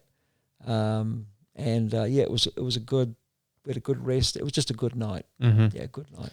I want to talk about the flats, and I don't know where's the best place to talk about that while we're still on day 5 or into day 6. I don't know. Yeah, they one sort of morphs into the other. Yeah. I want to talk about that because it seems like I want to understand what you mean when you say the flats and what makes them so difficult to navigate through. And sounds like a whole new component. Yeah. So what happens is the river obviously reaches a point where two things happen. The mountains subside on either side, so the catchment area becomes this massive flatland. The elevation of the river, the drop of the river, becomes very minimal. So again, it allows the river to deviate into what we call braids. So instead of one or two single main channels or only channels, and up to this point the river's really been a single channel, maybe the odd tributary, but mainly a single channel river. It becomes a multi-braided or multi-channeled river. So imagine the river now is about 3 miles wide of multiple channels, hundreds of islands, if not thousands, of just sandbars that are little islands. Now, under ordinary circumstances, that would be hard enough to navigate, but in New Zealand, we have braided rivers, not that wide, but we're used to following and navigating through multi-channel waterways. But what made this interesting was that it was flooded. The highest river level they'd ever recorded. So instead of channels, it looked like a lake. Wow. All these islands everywhere. Everything looked the same. But there's still flow, and there's cross flows everywhere. And because we had chosen to go in a kayak, the draft of a kayak is a bit lower, greater than a canoe. Yeah. And it was flooded so much that, the first challenge was, would you get grounded? And we got grounded a couple of times. And you're sitting in your kayak in the middle of this massive waterway with flows going in every single direction. And I remember the first time we got grounded, and it was it was the rear of the stern of the kayak that got grounded. So you got to release the weight there, which, under normal circumstances, the rear person would get out. Well, Ben started to get out, and then the sort of penny drops. Well, if he gets out and then, releases the kayak, and the kayak hits the flow and he can't get in, I'm in the front of the kayak with no steering. So I'm going in one direction, and he's standing in the middle of a waterway. Yeah. 3 miles wide. I wish you luck swimming anywhere, because the flows were everywhere and there was no eddies. So obviously, very quickly you change your plan and go, okay, if we're going to get out, we both get out, because there's strength in numbers. There's no point in actually one being in the kayak sailing off to the never in one direction, and the other guy standing on his lonesome with no equipment, nothing. He's dead. So we changed our plan, and we both got out, and we managed to get it off and jump back in the kayak, and away we went. So there was obstacles like that, but the biggest challenge was the navigation. Normally on those maps we had, you would see channels, distinct channels, and then you would visualize those. They would be in front of you. So here we are looking at a map that's got channels, but they don't exist. And the stuff you're getting grounded on is stuff that would usually be above the water line that's creating the channels. It would normally be a campsite. And it's all underwater. It's gone. Huh. So, now what we're trying to do is navigate with a map and a GPS unit that has land on it. But the land doesn't exist. Yeah. So all of a sudden, you look at your GPS, or you look at our map of Google Maps, and we're looking at a channel that is a distinct channel on the map that has, a big island in front of you, 2 islands to your left, and a third one to your right. Only one that exists is the big one in the middle. The others aren't there visually. They just don't exist. So you've got to take these channels and in your mind say, well, they are there. It's got to be sort of to the left of this one little feature that you can see. Yeah. And I think the word that both Ben and I used was intimidating. We used that several times once we started moving around the flats. And then it became the most intimidating navigation we've ever done, because you got it wrong. The consequences were horrendous. But, we like anything, there's no point in being intimidated. There's no point in getting emotional. So, you go through that for an hour or something. Yeah. And then you get into your groove, and it is what it is. And we started to move, and Ben did an exceptional job in the back of the kayak. We worked together, but, I'll give Ben, the marks for being the main navigator through there. He did an exceptional job. So you're navigating channels that show on your map, but you're navigating, trying to stay in these channels, and the dry land or the terrain features that show on your map are just a few inches under the water. Yeah. And you're trying to stay in the channel based off imagining what it would look like if those terrain features were actually above the surface, which they should be. Correct. Yeah, absolutely. Okay. Yeah. Absolutely. And I want to say, well, why couldn't you just go to right or left bank and follow the main bank? But I imagine the bank just changed consistently because... Well, there is really no bank. And, if you're going to try and go across 3 miles wide of river where there's cross flows everywhere. Yeah. you're going to be there for days. Yeah, I'm trying. So yeah, it's the first time I've really understood why you couldn't do that. You would have been there for days. Mm-hmm. And of course, because the channels had filled with water, even the expected flow, by looking and saying, well, we should be in this channel, therefore the flow should be going this way, wouldn't exist in that way. It might actually flow the other way. Mm-hmm. So even though we had the midnight sun, it was like being in a maze at night. Yeah, yeah. All your normal visual cues weren't there. And, there is nobody there. No one's coming. Mm-hmm. I mean, at best, a helicopter might be able to winch up if one existed. Yeah. So, and then camp spots, as you're moving through, all of these sandbars that should be there to stop aren't there. Yeah. So then you started to think about, okay, as night loomed or the curfew hour, 2 hours loomed, where am I going to stop? So in the end of that day, we did find a really good camp. And what we were trying to do for that last day of the race, that day, it's really day 7, but it's like you're in the 7th day. Yeah. As in terms of time, but actually elapsed time, it's actually 6 days we'd been going. So in that 7th day, we knew that again we had to hit a strike zone. So that last second to last day, the penultimate day, was about getting through the flats, which was intimidating and was affecting progress because of it, because you were stopping, looking, double checking, a lot more than you would ordinarily, and yet you were trying to hit a strike zone.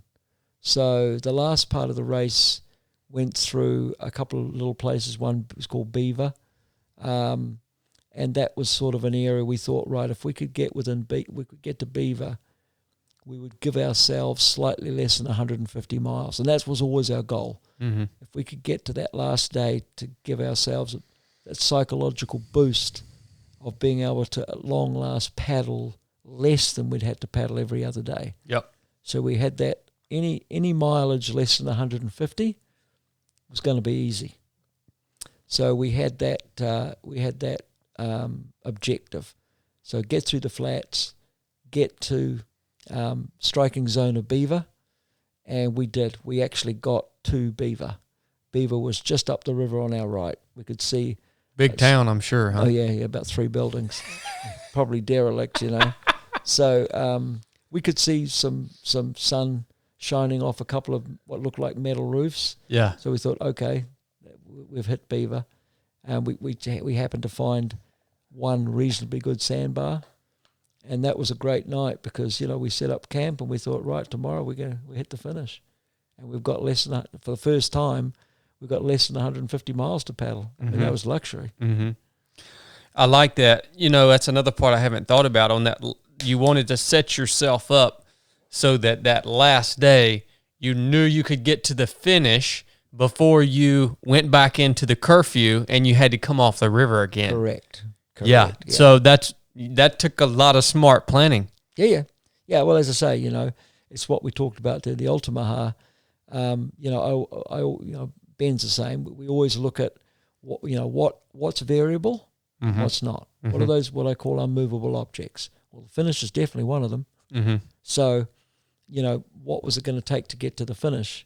We had to get somewhere that was going to take the risk of just maybe not getting there, which would mean we'd have to find another camp. Exactly, and you still would have finished. Oh, yeah. It would have just costed you another day. An extra 6 hours of rest. So it would have added a tremendous amount of.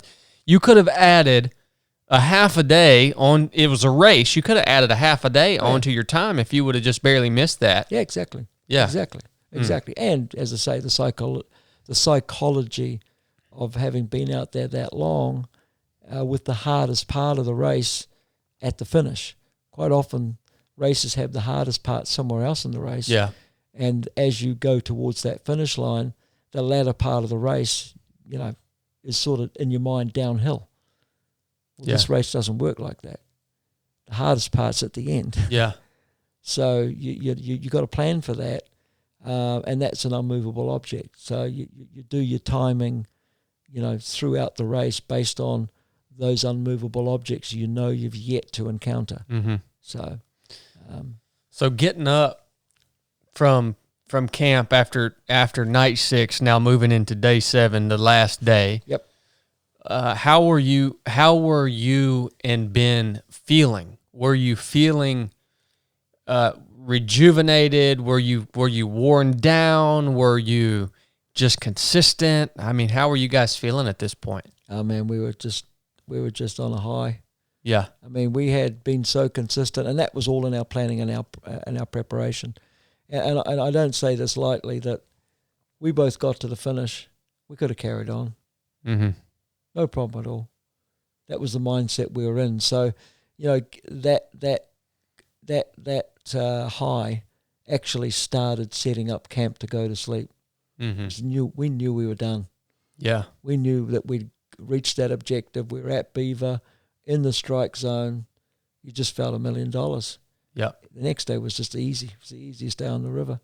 Most enjoyable, the easiest. Wow.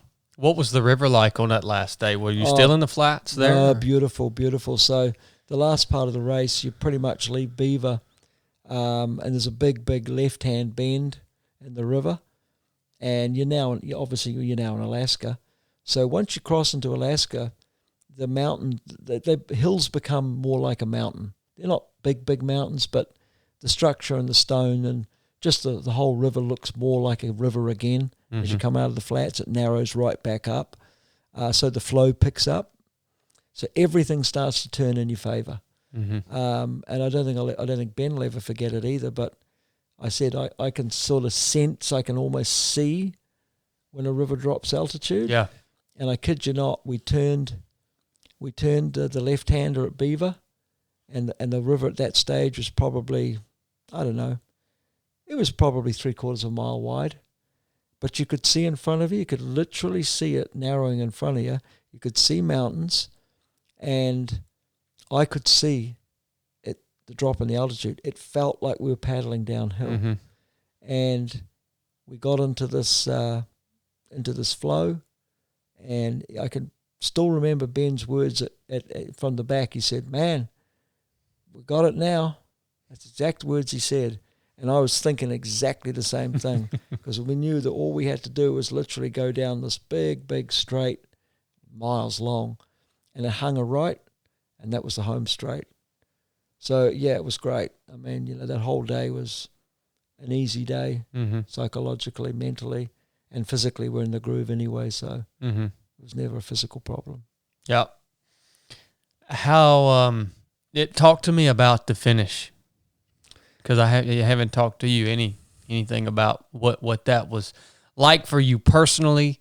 Who was there? I mean, how it affected you, Ben? I mean, just I don't know anything about it. So yeah, so the finish, it sounds pretty simple, doesn't it? So get to Beaver, take a left-hand bill, take a bend, go down the hill, and take a right-hander and hit the finish.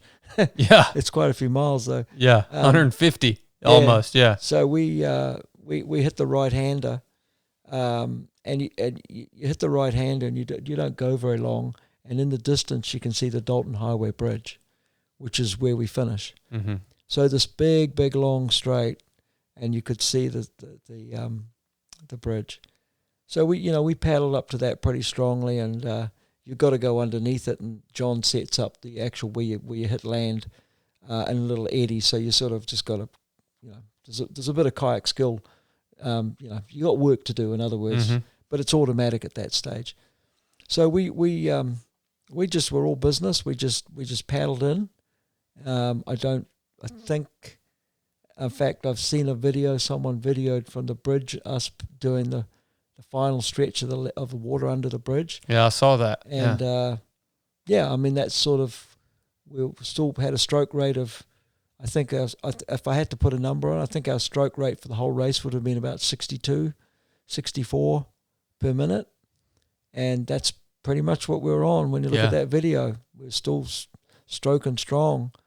So I came under the bridge. the race director's there.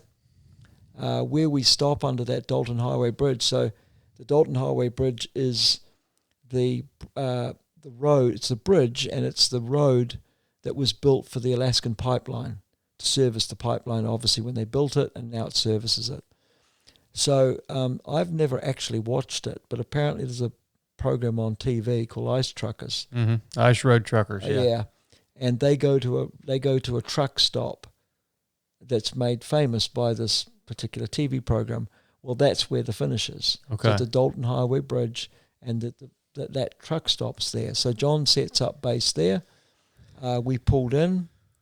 He was standing on the side of the river with 2 cans of beer. And I'm not a big beer drinker, but it still tasted pretty good. Yeah. I bet it did. It did. And a bottle of champagne, believe it or not. Huh.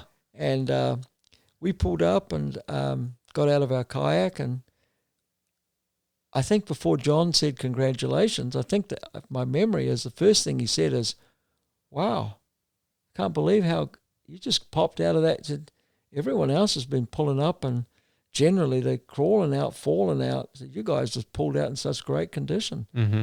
So that was, I never thought about it because that's how we'd done it the whole race. So we popped out, gave each other a hug, and shook John's hand and gave him a bit of a hug, and he gave us the beer, and we pretty much just, I don't know, I can't. It's a bit sort of sketchy, that little bit, because my memory is really we just he did a little interview thing, which he does for his own, which hasn't been put out yet for his media, about us finishing and how we felt, and I think all we pretty much said was, oh yeah, it was as expected. We're happy with our time of 6 days, 15 hours. What we wanted to know was where we were in the race, because we only ever saw one competitor for 1,000 miles. So, actually, no, I tell a lie. We saw 2. We saw the girls that night we camped, and in the middle of the flats, these 2 UK guys who we'd become friendly with, Ben's especially has become very friendly with them. Out of nowhere, we're in a sandbar in the middle of nowhere, and we hear these voices. And this canoe just comes round the corner in the flow. And so we had a bit of a party. They just sort of landed, and we're like, well, fancy meeting you here in the middle of nowhere, Mm-hmm. So I think the first thing we wanted to know was, who's finished? Yeah. Where is everybody? So you guys got spread out pretty quick then. Yeah. Okay. But even on the river, Chad, you sort of, distances are so great. And you know what it's like on the water. A couple of miles on the water visually looks forever. Oh, yeah. And, a canoe or a kayak with 2 people in this huge landscape, it's almost impossible to pick out. Oh, they're not visible. Exactly. So, we knew possibly some competitors could have been within an hour or 2 hours of us. Mm-hmm. And when Will and Toby, the UK guys, pulled up to the in the middle of nowhere and onto the same sandbar, they said, oh, we were here that night. We're like, oh, then you've been traveling no more than 2 hours behind us at any given time. But for all intents and purposes, they might as well have been on another planet. Huh. So I think that was probably the first thing. So you pulled up at the finish, and there was a whole crowd of people there to cheer you on. No. Give you a hand clap and a nobody big award and a big meal and no, just John and just John. So where did you guys end up finishing? Well, as far as place wise, so we finished 5th in the kayak section. Okay, and we finished 8th overall. Okay, in 6 hours, and we were only the record I think for the race at that stage was about 6 hours. 6 days, 4 hours. So it was a pretty competitive year. Mm-hmm. There was a lot of teams. We were 6 hours, 6 days, 15 hours. So we were pretty close to the record. Yeah. But yeah, nobody there. John just gave us a beer, and he does a really cool thing, and you know about this in the military with the old Roman coin and the exchange of that coin. So he does a nice commemorative little coin, and he does it sort of not secretly, but just sort of puts it in his hand and then shakes your hand, and you feel there's something in his hand, and that's how you exchange it. And that's that. That's the way we like it, isn't it? Yeah, just nice and, And then I think all he said was, just pull your kayak up out of the water for us, and if you go up to the truck stop, that they've got a burger for you. And that was that. And it wouldn't have it any other way, though, man. No, we had to set up our tent. We stayed in our tent again that night, so we just went up to the truck stop, and we couldn't stay in the truck stop, so we just set up our tent again. So it was just like another night in the race. And so after the finish, which I love that finish, man. I love that. That's perfect. Logistically, where did you guys go from there? I mean, how did you get there? Yeah, so what John does is it's pretty cool because, 1,000 miles is a long way. So collectively between the couple of companies and John, the companies that can hire the kayaks, they just take a couple of trailers down. They travel down the Alaska Highway. Yeah. To pretty much Fairbanks in Alaska, and then they drive up the Dalton Highway, which is, at the bridge we're still nearly 4 hours by car away from Fairbanks. Mm-hmm. So they drive up there, and he parks up. He literally camps at the truck stop for 2 or 3 days. Mm-hmm. So he's watching the trackers to see where we are, and then times his run to get in.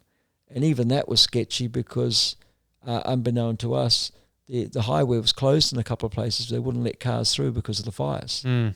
So those fires that we had were affecting, any wider areas. But yeah, so he just goes down there. So we just loaded up the kayak. We just pulled the kayak off the water, went and had a meal, set our tent up, went to sleep, woke up the next morning. They put a little bit of breakfast on because it is a truck stop. Mm-hmm. They had a shower there, which was cool. We could have a shower. And then pretty much went down and stripped all the stuff off our kayak, put it in our gear bags, and then we were lucky enough. We had someone from New Zealand, Mike White, who come up, and he'd had a car and he'd driven up from Fairbanks. So we just but what John does is he puts a bus on. Gotcha. Back to Fairbanks. And obviously, that's why you have to camp up because you can't run the bus 4 hours just for one competitor. Yeah. So you bank up there. In other words, you wait until enough competitors are finished, which could be another couple of days, until there's enough to get on the bus, and then he takes you back to Fairbanks. Okay. Yeah. You mean you got a shower that next morning at the truck stop? Yep. You mean you didn't pack like Jonah Bunch and bring your shower with you? No, sure didn't do. No, I didn't do that. That's an inside joke. I'm sure y'all get to hear more about that on another podcast. But. Yeah, no, I'll tell you. You know what it's like. I mean, I'm not. I'm pretty simple when I go out. It is what it is. So I don't think about cleaning myself. I don't wash my teeth. I mean, other people do, but. Yeah. Once I'm out there, I'm just out there, And I just know it's going to be over at some stage. So what's the big deal? But it doesn't mean that when you finally get a shower, you don't enjoy it. Oh, no doubt about that, brother. That's for sure. Well, man, we could go so much more in depth on the race, but unfortunately, we have to go to a dinner this evening. So, thank you for going through that and helping me understand. Because we haven't even talked about it. I mean, we've been hanging out for the last, 10, 12 days, and we haven't even talked about it because we haven't had time. And so I'm so happy we got to capture it on the podcast, not just if nobody else listens to it. Yeah, you and I have. I wanted to hear it all. So, the last thing I'd like to say is that it's been great for me because I have not processed this race. I know you haven't. And you jumped right into instructor role. Yeah, well, more importantly, Ben and I left. We went to do something in the gravel race or something in Montana, and we pretty much just got to Fairbanks, and he dropped me off at the airport and gave me a hug, and we just said, "Oh, go see you at home." So Ben and I haven't processed this race. Yeah. So this is the first time I've actually talked about it, and I've had to think, as you've asked me those questions about each day, and there's still a lot I need to process, but a big thank you to you, because it's actually given me the time to actually process the race, because I finished the race, and 2 days later I was on the river with you. Yeah. Locked back on. Yeah. Yeah, locked back on. So thank you. It's been that's going to be good. You and Ben better sit down at a dinner when you get home. Yeah. And I think what spend we'll do some time. I think what we'll do is we'll sit down and we'll listen to this. And just pause it and talk through it. Just talk. Yeah. I love that, man. Yeah. I love that. Yeah. Oh, I definitely want you to just give us a brief rundown on what's going on with the Revenant this year. We do expect for international competitors to be back this year. Absolutely. And I hear that this is going to be the hardest year, the most difficult year in terms of navigation for the race. And I just want you to tell a little bit about the Revenant for the listeners that might be interested in a challenge that is unsupported, where there is real risk, where there is extreme difficulty, much like the Yukon 1000 that Scott just described to us. Although the Revenant is on foot, I think many of the components of the Revenant are very similar to the components of the Yukon 1000. So just tell the listeners a little bit about the race. Okay. So the race is basically modeled on the Barclay Marathon's format, so 4 laps, roughly, we don't quite disclose, but you'll at least do 100 miles, put it that way. You got 60 hours to finish it in 4 laps, each lap in an alternate direction. And it's like an orienteering race in the sense that you have to navigate to a set number of checkpoints and getting them in sequence, unlike a row game where you can get them in out of sequence. So you have to get them in sequence. And you navigate with no electronics, just a map and a compass, and we strip time of you, so there's no watches allowed. So it's an old-fashioned sort of race in that sense. 2023, we're lucky that, for the most of us in the world, we've been shut down through COVID, which means there's been no international competitors. We've been lucky enough to run the race every year with Kiwis. We'll have our internationals back, which is great, and we're hoping to have you back. Mm-hmm. So that brings a complete, change to the race in the sense that it's just nice to have other people from other countries that bring different perspective on things. Yeah. I think that's great. Makes the competition stronger, no question about that. So we got our internationals back, which is great.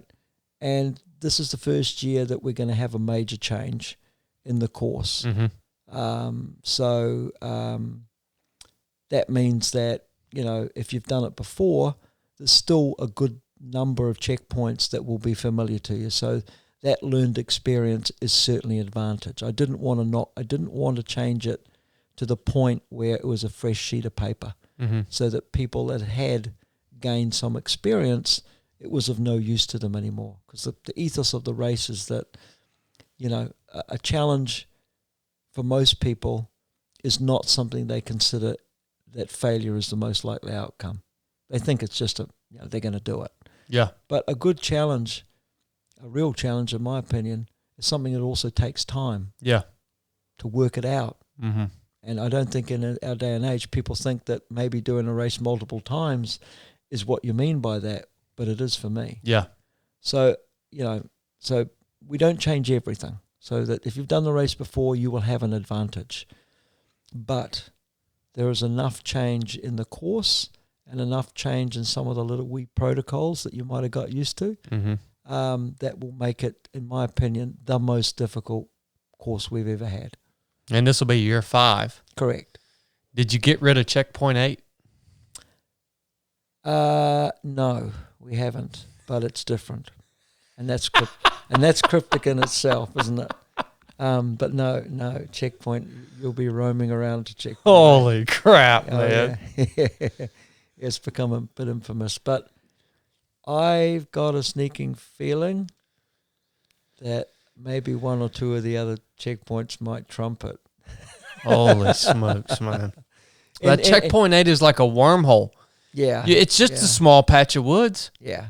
I mean, it's like Yeah, it's the difficult. It's strange in there, man. It is. I mean, we've had some competitors, first year sort of think maybe we got it marked wrong. Yeah. We've had sort of a number of comments, but it certainly isn't marked wrong. There is certainly something about that terrain in there, and the way the slopes and the subtle changes in gradient just throw you off. They just throw you off. But yeah, I think that a couple of the changes, navigationally, I don't think they're going to be any more difficult. I don't think they're going to be any more difficult. It's the route choice possibly to them. Yeah. And certainly the terrain that you're going to be traveling is interesting. I'll use that word. Mm-hmm. And then there's a couple of new psychological twists that I think will play on people's minds. Mm-hmm. Some of them, I could see some people thinking that they'll be a real positive, but I can also see some people thinking they'll be a real negative. Yeah. So that'll be interesting to see how that plays out. Man, I miss it, man. Yeah, I think it's, you got that mindset. If you're into our sort of mindset, the whole concept of a challenge that is more likely to be one you'll fail at than you'll ever succeed. Yeah. And then all the twists and the turns and the unknowns and the knowns, mm-hmm. and the fact that you have to plan, but then there's parts that you can't plan for. Mm-hmm. You just got to plan that, the unexpected's going to happen. Yeah. Yeah. You've got to be ready for that. Yeah. And that's what I like about unsupported events, is that you can't plan for everything, mm-hmm. but you certainly can plan for the unexpected, mm-hmm. which means you've got to be flexible. Yep. Yep. And you got to have good systems in place. Perfect systems. Yep. And that's what I love about it, is that if you plan well enough for the unknown, you can meet the challenge. Yep. Yep. So, well, Scott, where can people find more information about the Revenant and potentially apply? So you can apply, or you can find it on our website, which is www.revenant.co.nz or NZ. If you Google, it's become a race now that seems to have a bit of notoriety. So, look, you can just go on to Google, and if you put Revenant Ultra Run in, mm-hmm. pretty much comes up as, as the top thing. Good. So, but we've got a YouTube. If you search Revenant Run on YouTube, on Instagram, and on Facebook, you'll find it. Yep. And so all your interaction on social media is through the Revenant pages, right? Correct. It's all done through there, and there's an entry on the website, and each one of those platforms you'll see the web page, and when you get to the web page, there's a menu that says enter, mm-hmm. And the entry is simply a submission. Mm-hmm.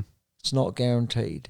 So all you're doing is giving us your contact details, giving us some races that you've done, and we're really not interested in ones you've done. We weren't interested in ones you've completed. Mm-hmm. And that's, some people just say we've done this, and we find out they didn't complete it. So it's got to be completed races, and then I will call you. I call every single potential person. Yeah. I don't just base it on what you've put down, because we've got competitors that don't do any races. One guy from Australia I don't do races, but I hiked from Darwin to Ayers Rock or something stupid. Yeah.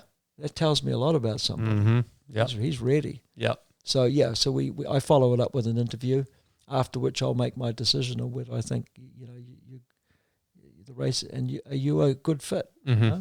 Yeah. Well, you have to do that because, there's significant risk navigating through that terrain. Yep. And Absolutely. you just have to do that. You have to vet people. Yep. Absolutely.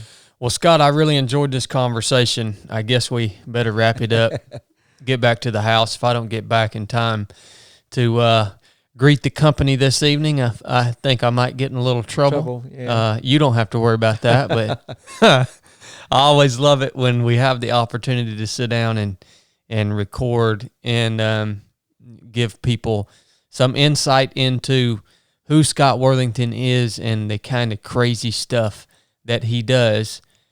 I have to add this, and I know you hate that I add this, but at 65 years old, the type of crazy stuff he does. And I just have to add that because so many people, especially in regular life, they use their age as an excuse for essentially living just essentially they use their age as an excuse for their present to be just a continued version of their future. In other words, they're not pushing, they're not striving, they're not challenging themselves. And they say, well, it's just because, I'm in this retirement age. And you did the exact opposite. Yep. You did the exact opposite. Yep. You got all your career, work, business stuff behind you in the first half, and the second half is all about adventure and pushing and growing and challenging, and it's just a magnificent. I pick up such good habits from you every time I get to hang out with you. And I was actually thinking this morning, it would be very beneficial for me if I just went to New Zealand and lived with Scott Worthington for a month and developed more of his habits. I was thinking about that this morning. It's amazing the lifestyle that you live, brother. And I just want to say thank you for all that you've poured into 3 to 7 Project. Thank you for all the advice, the mentorship, the instruction that you offered on this past mission that we did over the last week or so, and all out of pure generosity, with no expectation for anything in return, which is just completely unique for me personally in my life and relationships that I've had in the past. When Scott brings something to the table, there's never any caveat. There's never any, you're going to have to scratch my back in return. It's just he shows up irregardless and pours into other people's lives, which is his purpose that he's identified for his life. And it's great to have humans like you around. The world's a better place because of it. I don't know about that, but you give us something to strive for. It's definitely a pleasure and an honor to be here. Well, I love you, brother. I love you too, buddy. Nuff said. Okay.